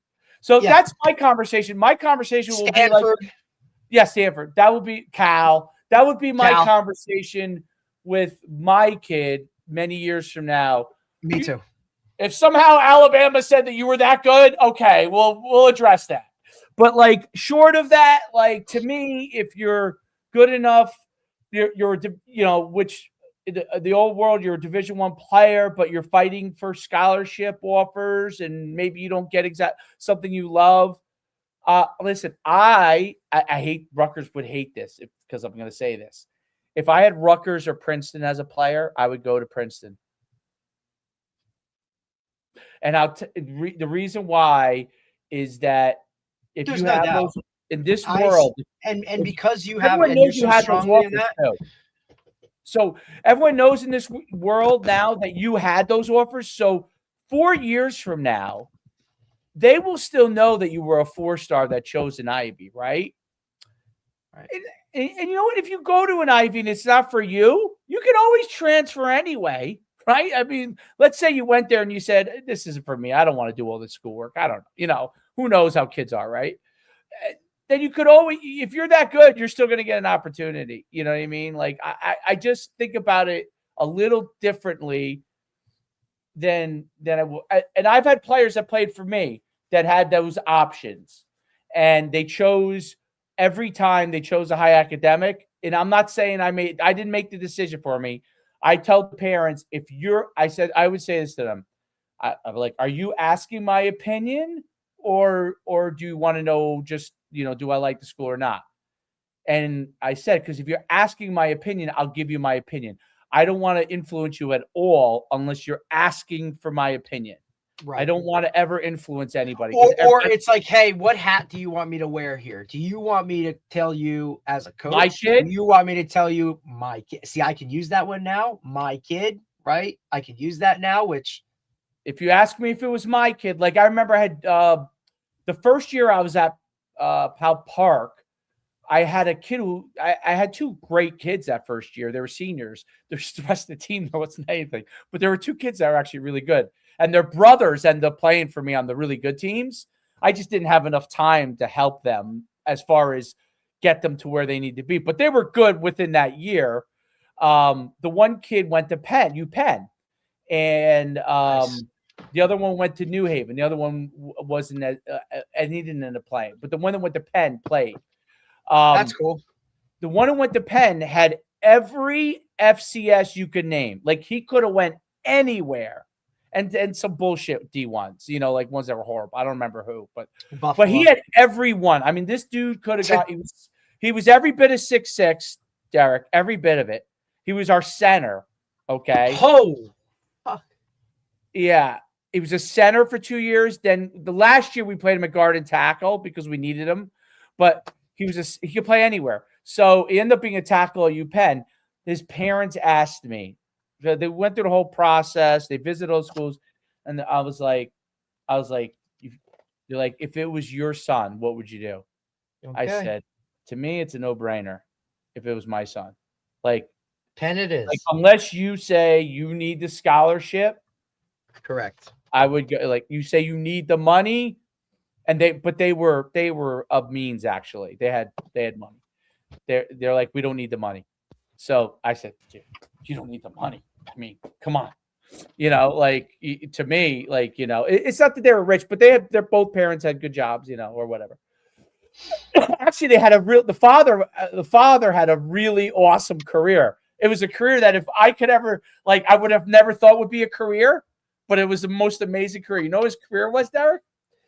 His father was the CEO of a lifestyle hotels company, meaning like niche hotels, like there's one in Yale called the Library, I think it's called, and it's like I stayed there one at that one. It's small, but it's unbelievable. Like. It's not as expensive as you would think, but it has a restaurant. It has like a theme. It's kind of small, but it's beautiful. Like we did an NFL draft from one of them one time. They had a conference room at the top. They would bring food up to you. Like you could pay for things a la carte. You know what I mean? It was very cool. Yeah. He was the CEO of one of those niche hotels. They had hotels all over the world. And companies. It was a cool job. I was like, man, you gotta tell me about your job. Like, this is a cool job, dude. This is a really. It's it's not like being the Marriott like CEO, which 4 seasons, right? Like this was like he said every hotel was different, every single one, but they were part of this organization. Really interesting, right? So they all had different needs. Like this one might be like RC, and this one might be like. So cool. Yeah. It's so cool. Like I always am intrigued when someone has a cool job, like something different. Yeah, like a different. I love that. Totally different job. Totally different job. And his son, that guy who went to Penn, by the way, was no doubt the right decision. His other son that played for me went to Columbia. Those guys are like, their jobs are insane. They're like, I can't imagine doing that. Yeah. I mean, they made the right move. It worked out great for them.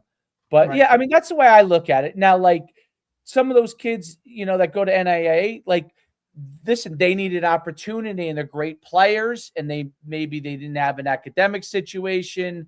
Maybe they were undersized, but they were a great player. Like I saw in his roster some great, like I was just looking as we were talking, some kids that were doing amazing things. Some of them were undersized, like what you would say is undersized. They were really, like, he had a tight end that had a bunch of catches that was only 6 feet, like, I think that's what the place like that is. That's an opportunity to play ball. I looked up the town. It's a beautiful little town, See, that's where I wish I could have been with you guys when you were doing your camps tours around, because just for me, of course, and like what I am, who I am, but like that would have been my, like, I got to see this, I got to see that, I got to see this, I got to see, you know what I mean? Because now I got to wait a little bit. You know what I'm saying? Like I really got to wait to do the baseball tour of I hit every stadium in the country.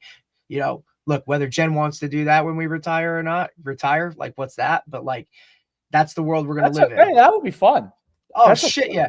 And look, I will at some point not coach high school football and take an entire season and go to Alabama and hit the Iron Bowl or some of these, because look, for college, like I've never done any of that because we're always coaching, you know what I'm saying? Or you're just like hitting a Rutgers game or whatever, like it's convenient. Yeah, like no, dude, I want to go and see some of these things like I've seen on TV or whatever. But the baseball thing I think is just cool because I've never been a baseball guy.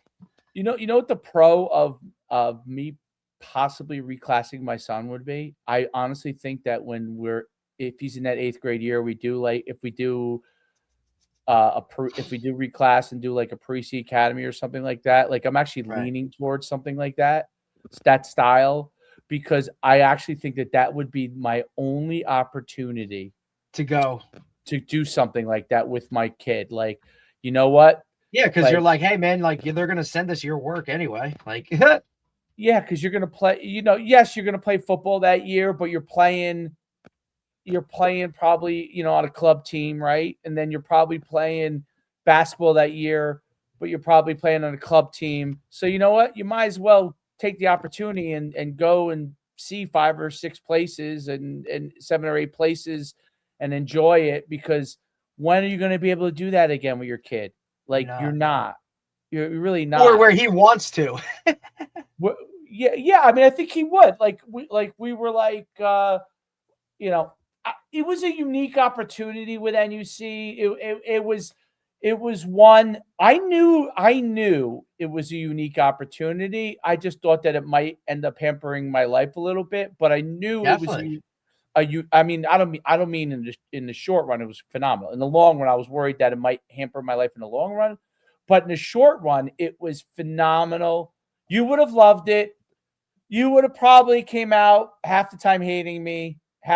Because but that's part of the game. Demanding. It was demanding, but it was fun. But you gotta understand too. Like I also understand what it's like to be in a position of power, or where you have to, like, guys are working for you and things have to be a certain way. And if look, I'm a soldier, right? Like, look, like there's a reason I've never been a head coach or any of that shit. Like.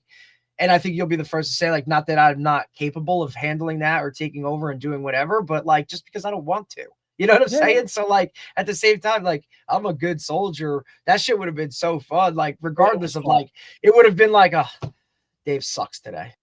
There's not. There would be 10 to 12 guys that would have to be mobilized. Back then it was so big, the events. We were mobilizing in most events, 10 to 12 guys. and you had a lot of people there. And then we had a check-in team and a photo video team. And it was a lot of people. And then you were obviously dealing with the local staff too. It was a lot of people that you were mobilizing, so awesome, which was a ton of fun, a ton of stress. And we were everyone it's probably young. why everyone was young. Well, that's the part. Like all the everyone was young, and everything good and bad about it. Like the events were high enthusiasm, all that kind of stuff. Right, but then so was as soon as we finished. Guys partied. Guys, like we would go to dinner most of the time. Sometimes guys would get tired, but like most of the time you would go to dinner. You were sprinting to a plane to go to the next spot.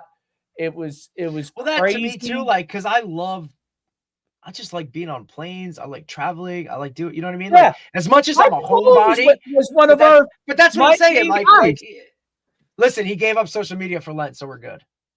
Did he? Oh, why? Was he doing something on social media? Or no, he just said, like, he posted yesterday. He's like, I'm giving up social media for Lent. See you guys like later. Everybody be good. Like, I saw him last Friday at the clinic, dude. He's shot, bro. Like, saw him. It was him, Ritz. Like, we were all just chilling. Like, oh yeah. The whole crew, dude. Risk was a part of it. Risk was in the crew. Like, obviously, Guy was. Who else was? Who do you know? Well, EJ Barthel took over for me in the late phases. He might have a nephew that's pretty good, dude, or something. I'm pretty sure he has a relative who's a fucking. Is that? Yeah. Who? The running back? He's related to him? Yeah. That's his nephew. Kid's a stud. Nolan James. Yeah. And then he has. Really good kid. Been trying to get him on the podcast. Another one that's a wrestler that's his nephew. But I still EJ was on the back. You probably know Eric McGreeny. Oh yeah, McGreeny's the man. He served a year with us. I always say he served a year because his end of that year. Montclair State guy, buddy. Well, he got. Listen, Eric McGreeny was with us for one tour year. One of the most memorable human beings ever. When he showed up at a Montclair State practice, everybody was. It was a different, like, some like guys didn't know. Was he with you, or was he later than you? Earlier than me. Earlier than you. Okay. Yeah. He might have been around between the Garrett stage. He's a little younger than Garrett, I think. That's what I mean. No, like Garrett's my age, right? Garrett's around. I think Garrett's your age, but he might have been around those like 99, 2000-ish type teams where they were more known for like offense, like chucking that shit around like all over the place. Like, and he has records. Yeah, he's 6'4", fucking monster. Yeah, and that's what they were used to. They had always recruited one of those guys. I was a great. He's like a great receiver. Slow. Right. That's what he said. I was slow. But Montclair State always had one of those guys that was like a big, almost tight end guy, but they used them as a wideout, and it's for hey, throw it up. Yeah. No, but he was, dude. He was great. Was that before or after London? You know him? He coached at Keene for a little bit. It? James Feely. I think he played at TCNJ. I think. Doesn't sound. I don't. Not specifically. He was our line guy, the greatest line guy we ever had. Okay, and even Risk would say that to Risk learned the system from. Well, that's why I love having Risk with us. He's so good with that. James Feely, his kids are probably around my kids' age, I would say. And his kids. This is in retro. I mean, not retrospective what it is, but if you go on Twitter and look at Barry Harris, Drakeford, I had. Drakeford. Barry Harris was his best friend. Drakeford's a lifer, bro. You don't even know. You would know Barry Harris if you met him, but Barry Harris hasn't coached in a long time. He was the Englewood head coach when I was at Powell Park.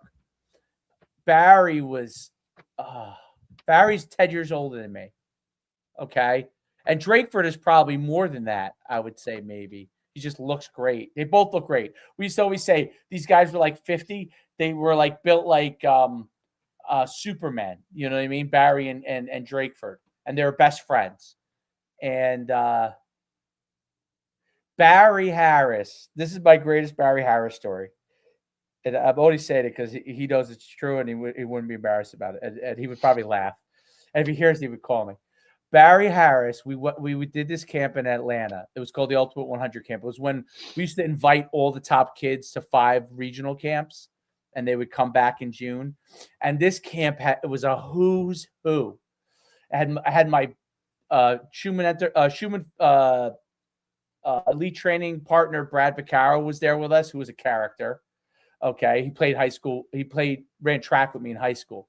Like a really good speed guy. He was a Parisi guy, and although he'd probably kill me for saying that because I don't know if he got along with Parisi in the end. But anyway, Barry Harris.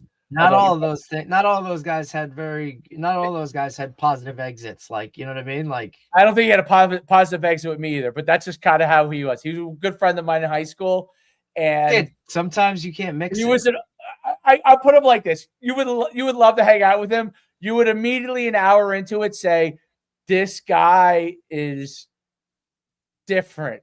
So I grew up with him. So we were friends. So I dealt with it for a long time, but like in the end, like, we were different. But Barry was in this group with us, and we had so many great, I'm sure Guy was in that group. I'm sure Risk was with us. I'm sure Feely. I'm sure all these. So we go to this camp. I'm not kidding. It was in Atlanta, Georgia. It was 120 degrees. Oh my God. So hot that people's Nike shoes were melting. Okay. Oh, okay. That's how hot it was. Kids were like, my shoes are melting on my feet. And we had like 3 fields going. This camp was hot and it was long. As Mike Farrell used to say, those Ultimate 100 camps lasted forever. And they did. They literally lasted forever. We did testing, positional drills, one-on-ones, okay? Then we broke for lunch. Then we came back and did 7-on-7 and lineman one-on-one. Right. You did an afternoon too, right? It was a day, a full day. People were cramping. Like, we always had trainers, but I'm saying cramping I remember leaving, like, this kid's in a full body cramp. Okay, we'll stay with him until the ambulance gets here. we were actually like, we might have to start cutting down some of these camps a little bit. Like, it was so intense, but it was great. People loved it. You got your bang for your buck. It was $60. You were there fucking all day, buddy. I mean, you were there all day. You got coached up, you tested, you did everything. And that's why the college guys love the results, because when we have an MVP, like, you had to survive. You survive. So we get done. We go eat. We go to the plane. And Barry was probably 50 at the time. He wasn't as young. Like, we were younger. And he looked younger than us. But, he was on that plane throwing up. I knew. Barry's just like, I think that's it. This might have been like 2011, 12. He's like, I think that's it for me. I'm done.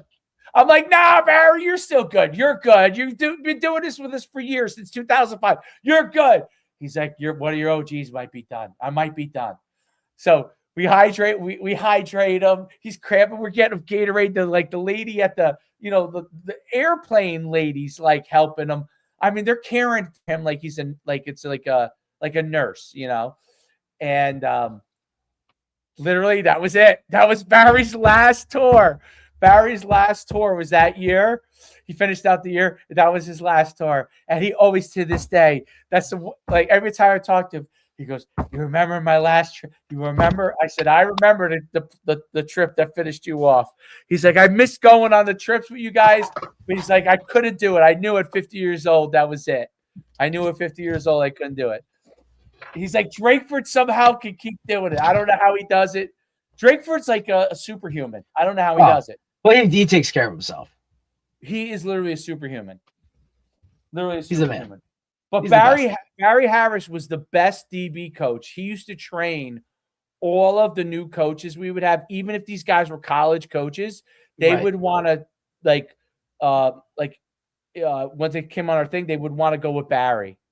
Yeah, Barry was so good. It was a shame that he stopped coaching right around that, like a couple of years after Englewood, like once he stopped being the head coach here. He coached for a couple more years, maybe through 2015, 16, and then that was it. But I'm telling you, DB coach wise, dude, he was Juwan Winfrey's coach. He was Julius Wingate's coach. He was their head coach. He was the head coach at Englewood during those years. What was that? Dwight Morrow? Yeah. Yep. I got him on scrimmage on one of my I rarely used it in the game, but I had to do it to him in the scrimmage just to bust his chops. I did. Awesome, I had the two wide receivers. I went 2x2, and I had the inside receiver run a corner route. And I had the outside receiver run a post. And I had the guy who's running the post high, and the guy who's running the corner route on low. And I had Winfrey and Wingate, one at corner and one at safety. Oof, not a bad combo. Yeah, and they both. I said we're gonna get them on this.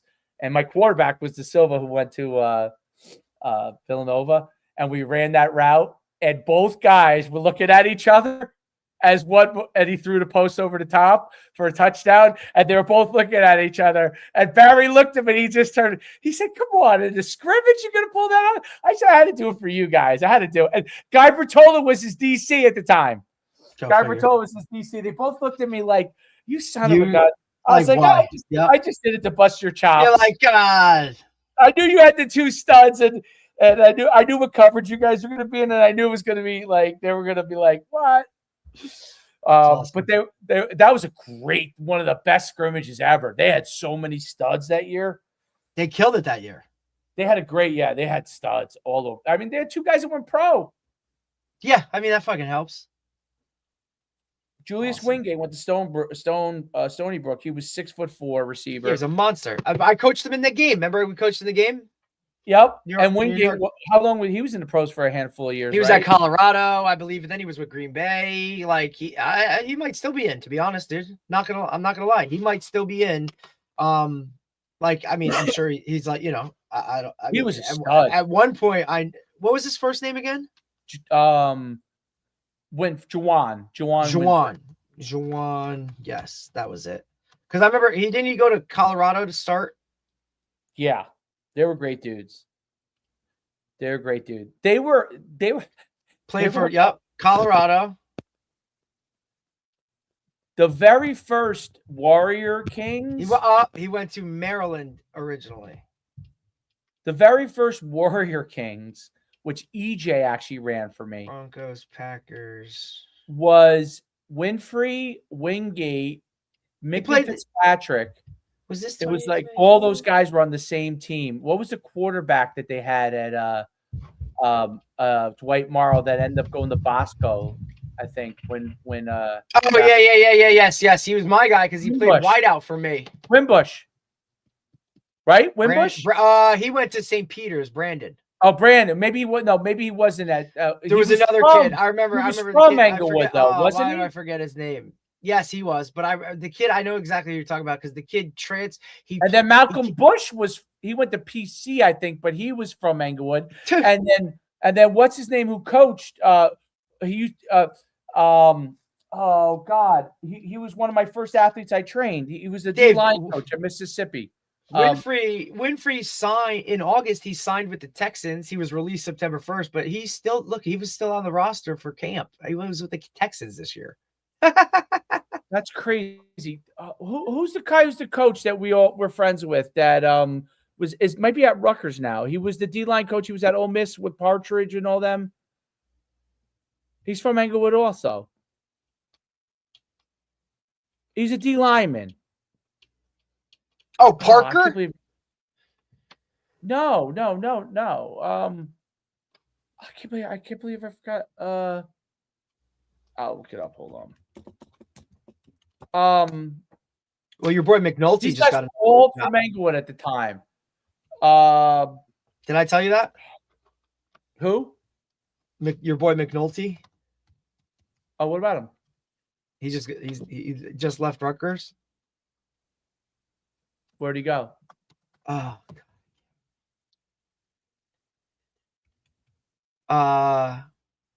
did he just go? Damn it. He just left Rutgers to take another job somewhere else. Oh, God. Come on. Derek. I literally just saw it.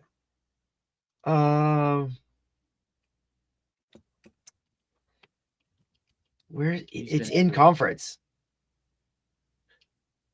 Like it's within the Big Ten. Oh, Michigan State. Michigan State. That's it.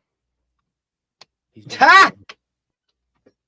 And every time I see him, you're Dave's guy. I'm like, I guess. I'm like, fuck, I guess. Like, yeah, all right, yeah, sure. Me and him, we used to get along great. I was like, however you remember. He coached at UConn, Derek. He coached at UConn. I know, but he must have been 23. Right? That's what I mean, he might have been my age. No, wait. He maybe he's a year older than me. No, he's at Alabama, McNulty. No. Really? No. Wait, no. No. That's old. No, Michigan State. Yeah, he just left. Like it just came out. It broke right before I saw those guys last Friday or whenever Friday it was with the thing because I saw some of those guys. Because Greg was there, like being Greg. I love how I refer to Coach Sheehan. No, he's older than I thought. He's actually 6 years older than me. Well, that makes what he did with you at UConn a little different then. So in 95, he was at UConn. But he was at UConn, so he was 27. He was still. Hey, did you see this too? Like, this is random, and I'll leave you with this. Did you see the female Olympic bobsledder who has now won a medal in both summer and winter Olympics? Track girl. Who's that? Yeah, dude. Oh shit, what's her name? Marquise Watson was who I was talking about. Oh, Marquise, man. Do you know who was in my original human elite training? You know who I trained? I trained Marquise Watson when he was in 8th grade. I had Wingate. I had those guys all came in. Dude, you had the murderer's row. I had all kinds of athletes that trained with me. Baharnas trained with me. I mean, back then I used to have so many guys. It was crazy. Awesome, that trained at Schuman's Elite Training. And Parisi obviously had a who's who of guys too. Walking in that place, you never knew who you were gonna run into. So who's the bobsledder? Oh, the female? Yeah. Lauren Williams. She won a silver medal in the 100 in 2004 Summer Olympics. She won a gold medal in the 4x1 or the 4x1 relay in 2012. And then she won a silver in 2014, bobsled back then. And then she just, did some shit this year. How cool is that, dude? She won a medal again? Sick, right? She must be almost. They look it up. It's on YouTube. What's his name? Kelsey. Wow, she medaled in the Summer and Winter Olympics. Jason Kelsey did a training with the bobsled team in Utah and actually got in the sled and shit. Dude, it is so cool. It's like a quick 10-minute watch, but it's awesome, dude. It is wild. Dude, Herschel Walker was a bobsledder. Shit's so cool. He was in the Olympics. Between bobsledding, between that stuff, and then pit crews, like college football players, buddy, there's options other than football. Well, all bobsledding is just like a sled sprint. Dude. And they like kind of clean it into spot. Like, and you gotta be fast. Turn those. Dude, I'm telling you, it was sick. And that's all they talked about. Turnover. And then get into the damn thing. It's amazing. It's awesome. It really is amazing. Yeah, I'm looking. Brother. All right, man. Great podcast. I'll see you later. Have a good day. I'll head down to AC for the clinic. So. Oh, you're going to the clinic? Yeah, I gotta show face for one day. The bulk of it on Fridays now, dude. It's not even anybody. There's no. Is this Glazier? Yeah, this is the one. Let's see. I mean, I don't know, dude. Are there any college Friday coaches? now? Nunzio will be there. Oh, good. The defensive pass game coordinator, DB coach from UConn will be there. Navy O-line. Texas A&M D-line. I'm trying to look at Pittsburgh, but now he's retired. OC from UPenn.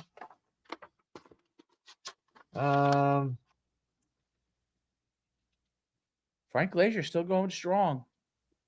Villanova DC will be there. I don't know. Look at me, old school. I still print it out. $149 season pass. That's right. Don't you get like the whole online access with that? You get the online access is really good. Gallo will be there, obviously, from Monmouth. That's a good move. Special teams coordinator from Maryland. That's really it, to be honest. There's not really, these don't hit home like they used to, but does he get a lot of guys there still? I'm sure he does. Oh, people well, I mean, shit, come on, dude. It's a weekend away from your wife in AC. You know how these fucking teachers, guys, coaches are. Like, they fucking love this. They probably already are there. It starts tonight. There's a session tonight at 6:30. That's a Thursday night. That starts it. These guys, you know what I mean? Like, these guys are already down there, for Christ's sakes. Definitely. Right, they're gambling. Hell yeah. Half these guys don't even make the clinic. You know that. They're hammered. Oh my God, I don't have to see my wife and kids. Like, let's go. School's paying for it. Let's get rocked. Is Al going to be down there? Al's that everything, brother. Is he really? Yeah, he kills it. Because, dude, it's like, his network's unbelievable. He does so good with it. He must do great. And he's the best, dude. Like, he's the absolute best. Who's he with now? The helmets, right? He does the Guardians. Guardian. Yeah. Look, his kid just was like all conference player as a freshman at U Chicago. I know, he's really good. Really fucking good. He was really good as a little kid. It's awesome. It's good stuff, man. He was really good. I remember when he was Al gave me when his son went from, I think when I was at Indian Hills, his son was maybe either 10 or 11, maybe 11. I think they were 6th grade. And he gave me these little football, the little football guys that you put. Yeah. It was no longer obviously playing with him anymore. He said, so if his son's 19, that means, and my son, so my son was like 2. Yeah, that makes sense. Right. So he gave me those things. I think we still have it. Pretty sure I still have it over here. So he gave us those guys. And I'll tell you, he used to play with I told Al, he used to play with them like when he was 2 years old all the time. I was like, wow, I guess he really does like football. Like, this is before, you weren't even doing That's anything. awesome. Al does all that stuff. You know what I mean? Like, I think just because his network and stuff, and that stuff, like when you get hands on with those guys, like, I just think it's important for him to kind of show face with that. And everybody knows who he is. So like, it's really good, but it should be, listen, you'll see some guys, I'll hear some guys. It's more about like, all the other guys walking around there, because look, everybody, I see people, it's just like, all right, where do I know you from? Right? Like, is it from coaching? Is it high school coaching? Is it 7-on-7 coaching? Right? Because like all the 7-on-7 guys go there too, bro. And they're like, oh, bro, what's up? Are we doing? They do? Oh, yeah, dude. I get all that shit too. Like my name tag says Brick Township because but like if I wore a Beast hoodie, it'd be like, yo, what's going? Like, you know what I mean? It's all that, right. Especially and because it's AC, so it's like all those like Philly guys that are kind of like just come over and whatnot. Like they usually get a pretty good turnout. I think they do it at Harrah's. So. Oh yeah. But you know me, I'm not into all that other bullshit. Like I'll go for the day. I don't need that shit. Like I don't need to we don't need to go spend $150 on a steak, or I don't need to drop 200 on black. Like, even though I might, but whatever. You might as well. Yeah, shit, whatever. Yeah, that's what I always say. I'm like, dude, like, how often do I do this? Like, this is the one thing. Like, I'll sit there and be like, all right, let's go, because I do enjoy it. Like, that shit's fun for me. I just, but I'm not an idiot. And like, some of these guys, they add the alcohol to it, and now you're like, all right, bro, like that's your kid's tuition. Like, what are we doing? Yes, some of the guys are just they're there to enjoy themselves, which is all good. Like, all good. Yeah, whatever you do. Whatever you got to do. That's all good. You know what I mean? Like, you know what I mean? Work for one. Yep. Amen. All right, man. Have a great day. Have a great weekend. All right. See you later. All right. Bye.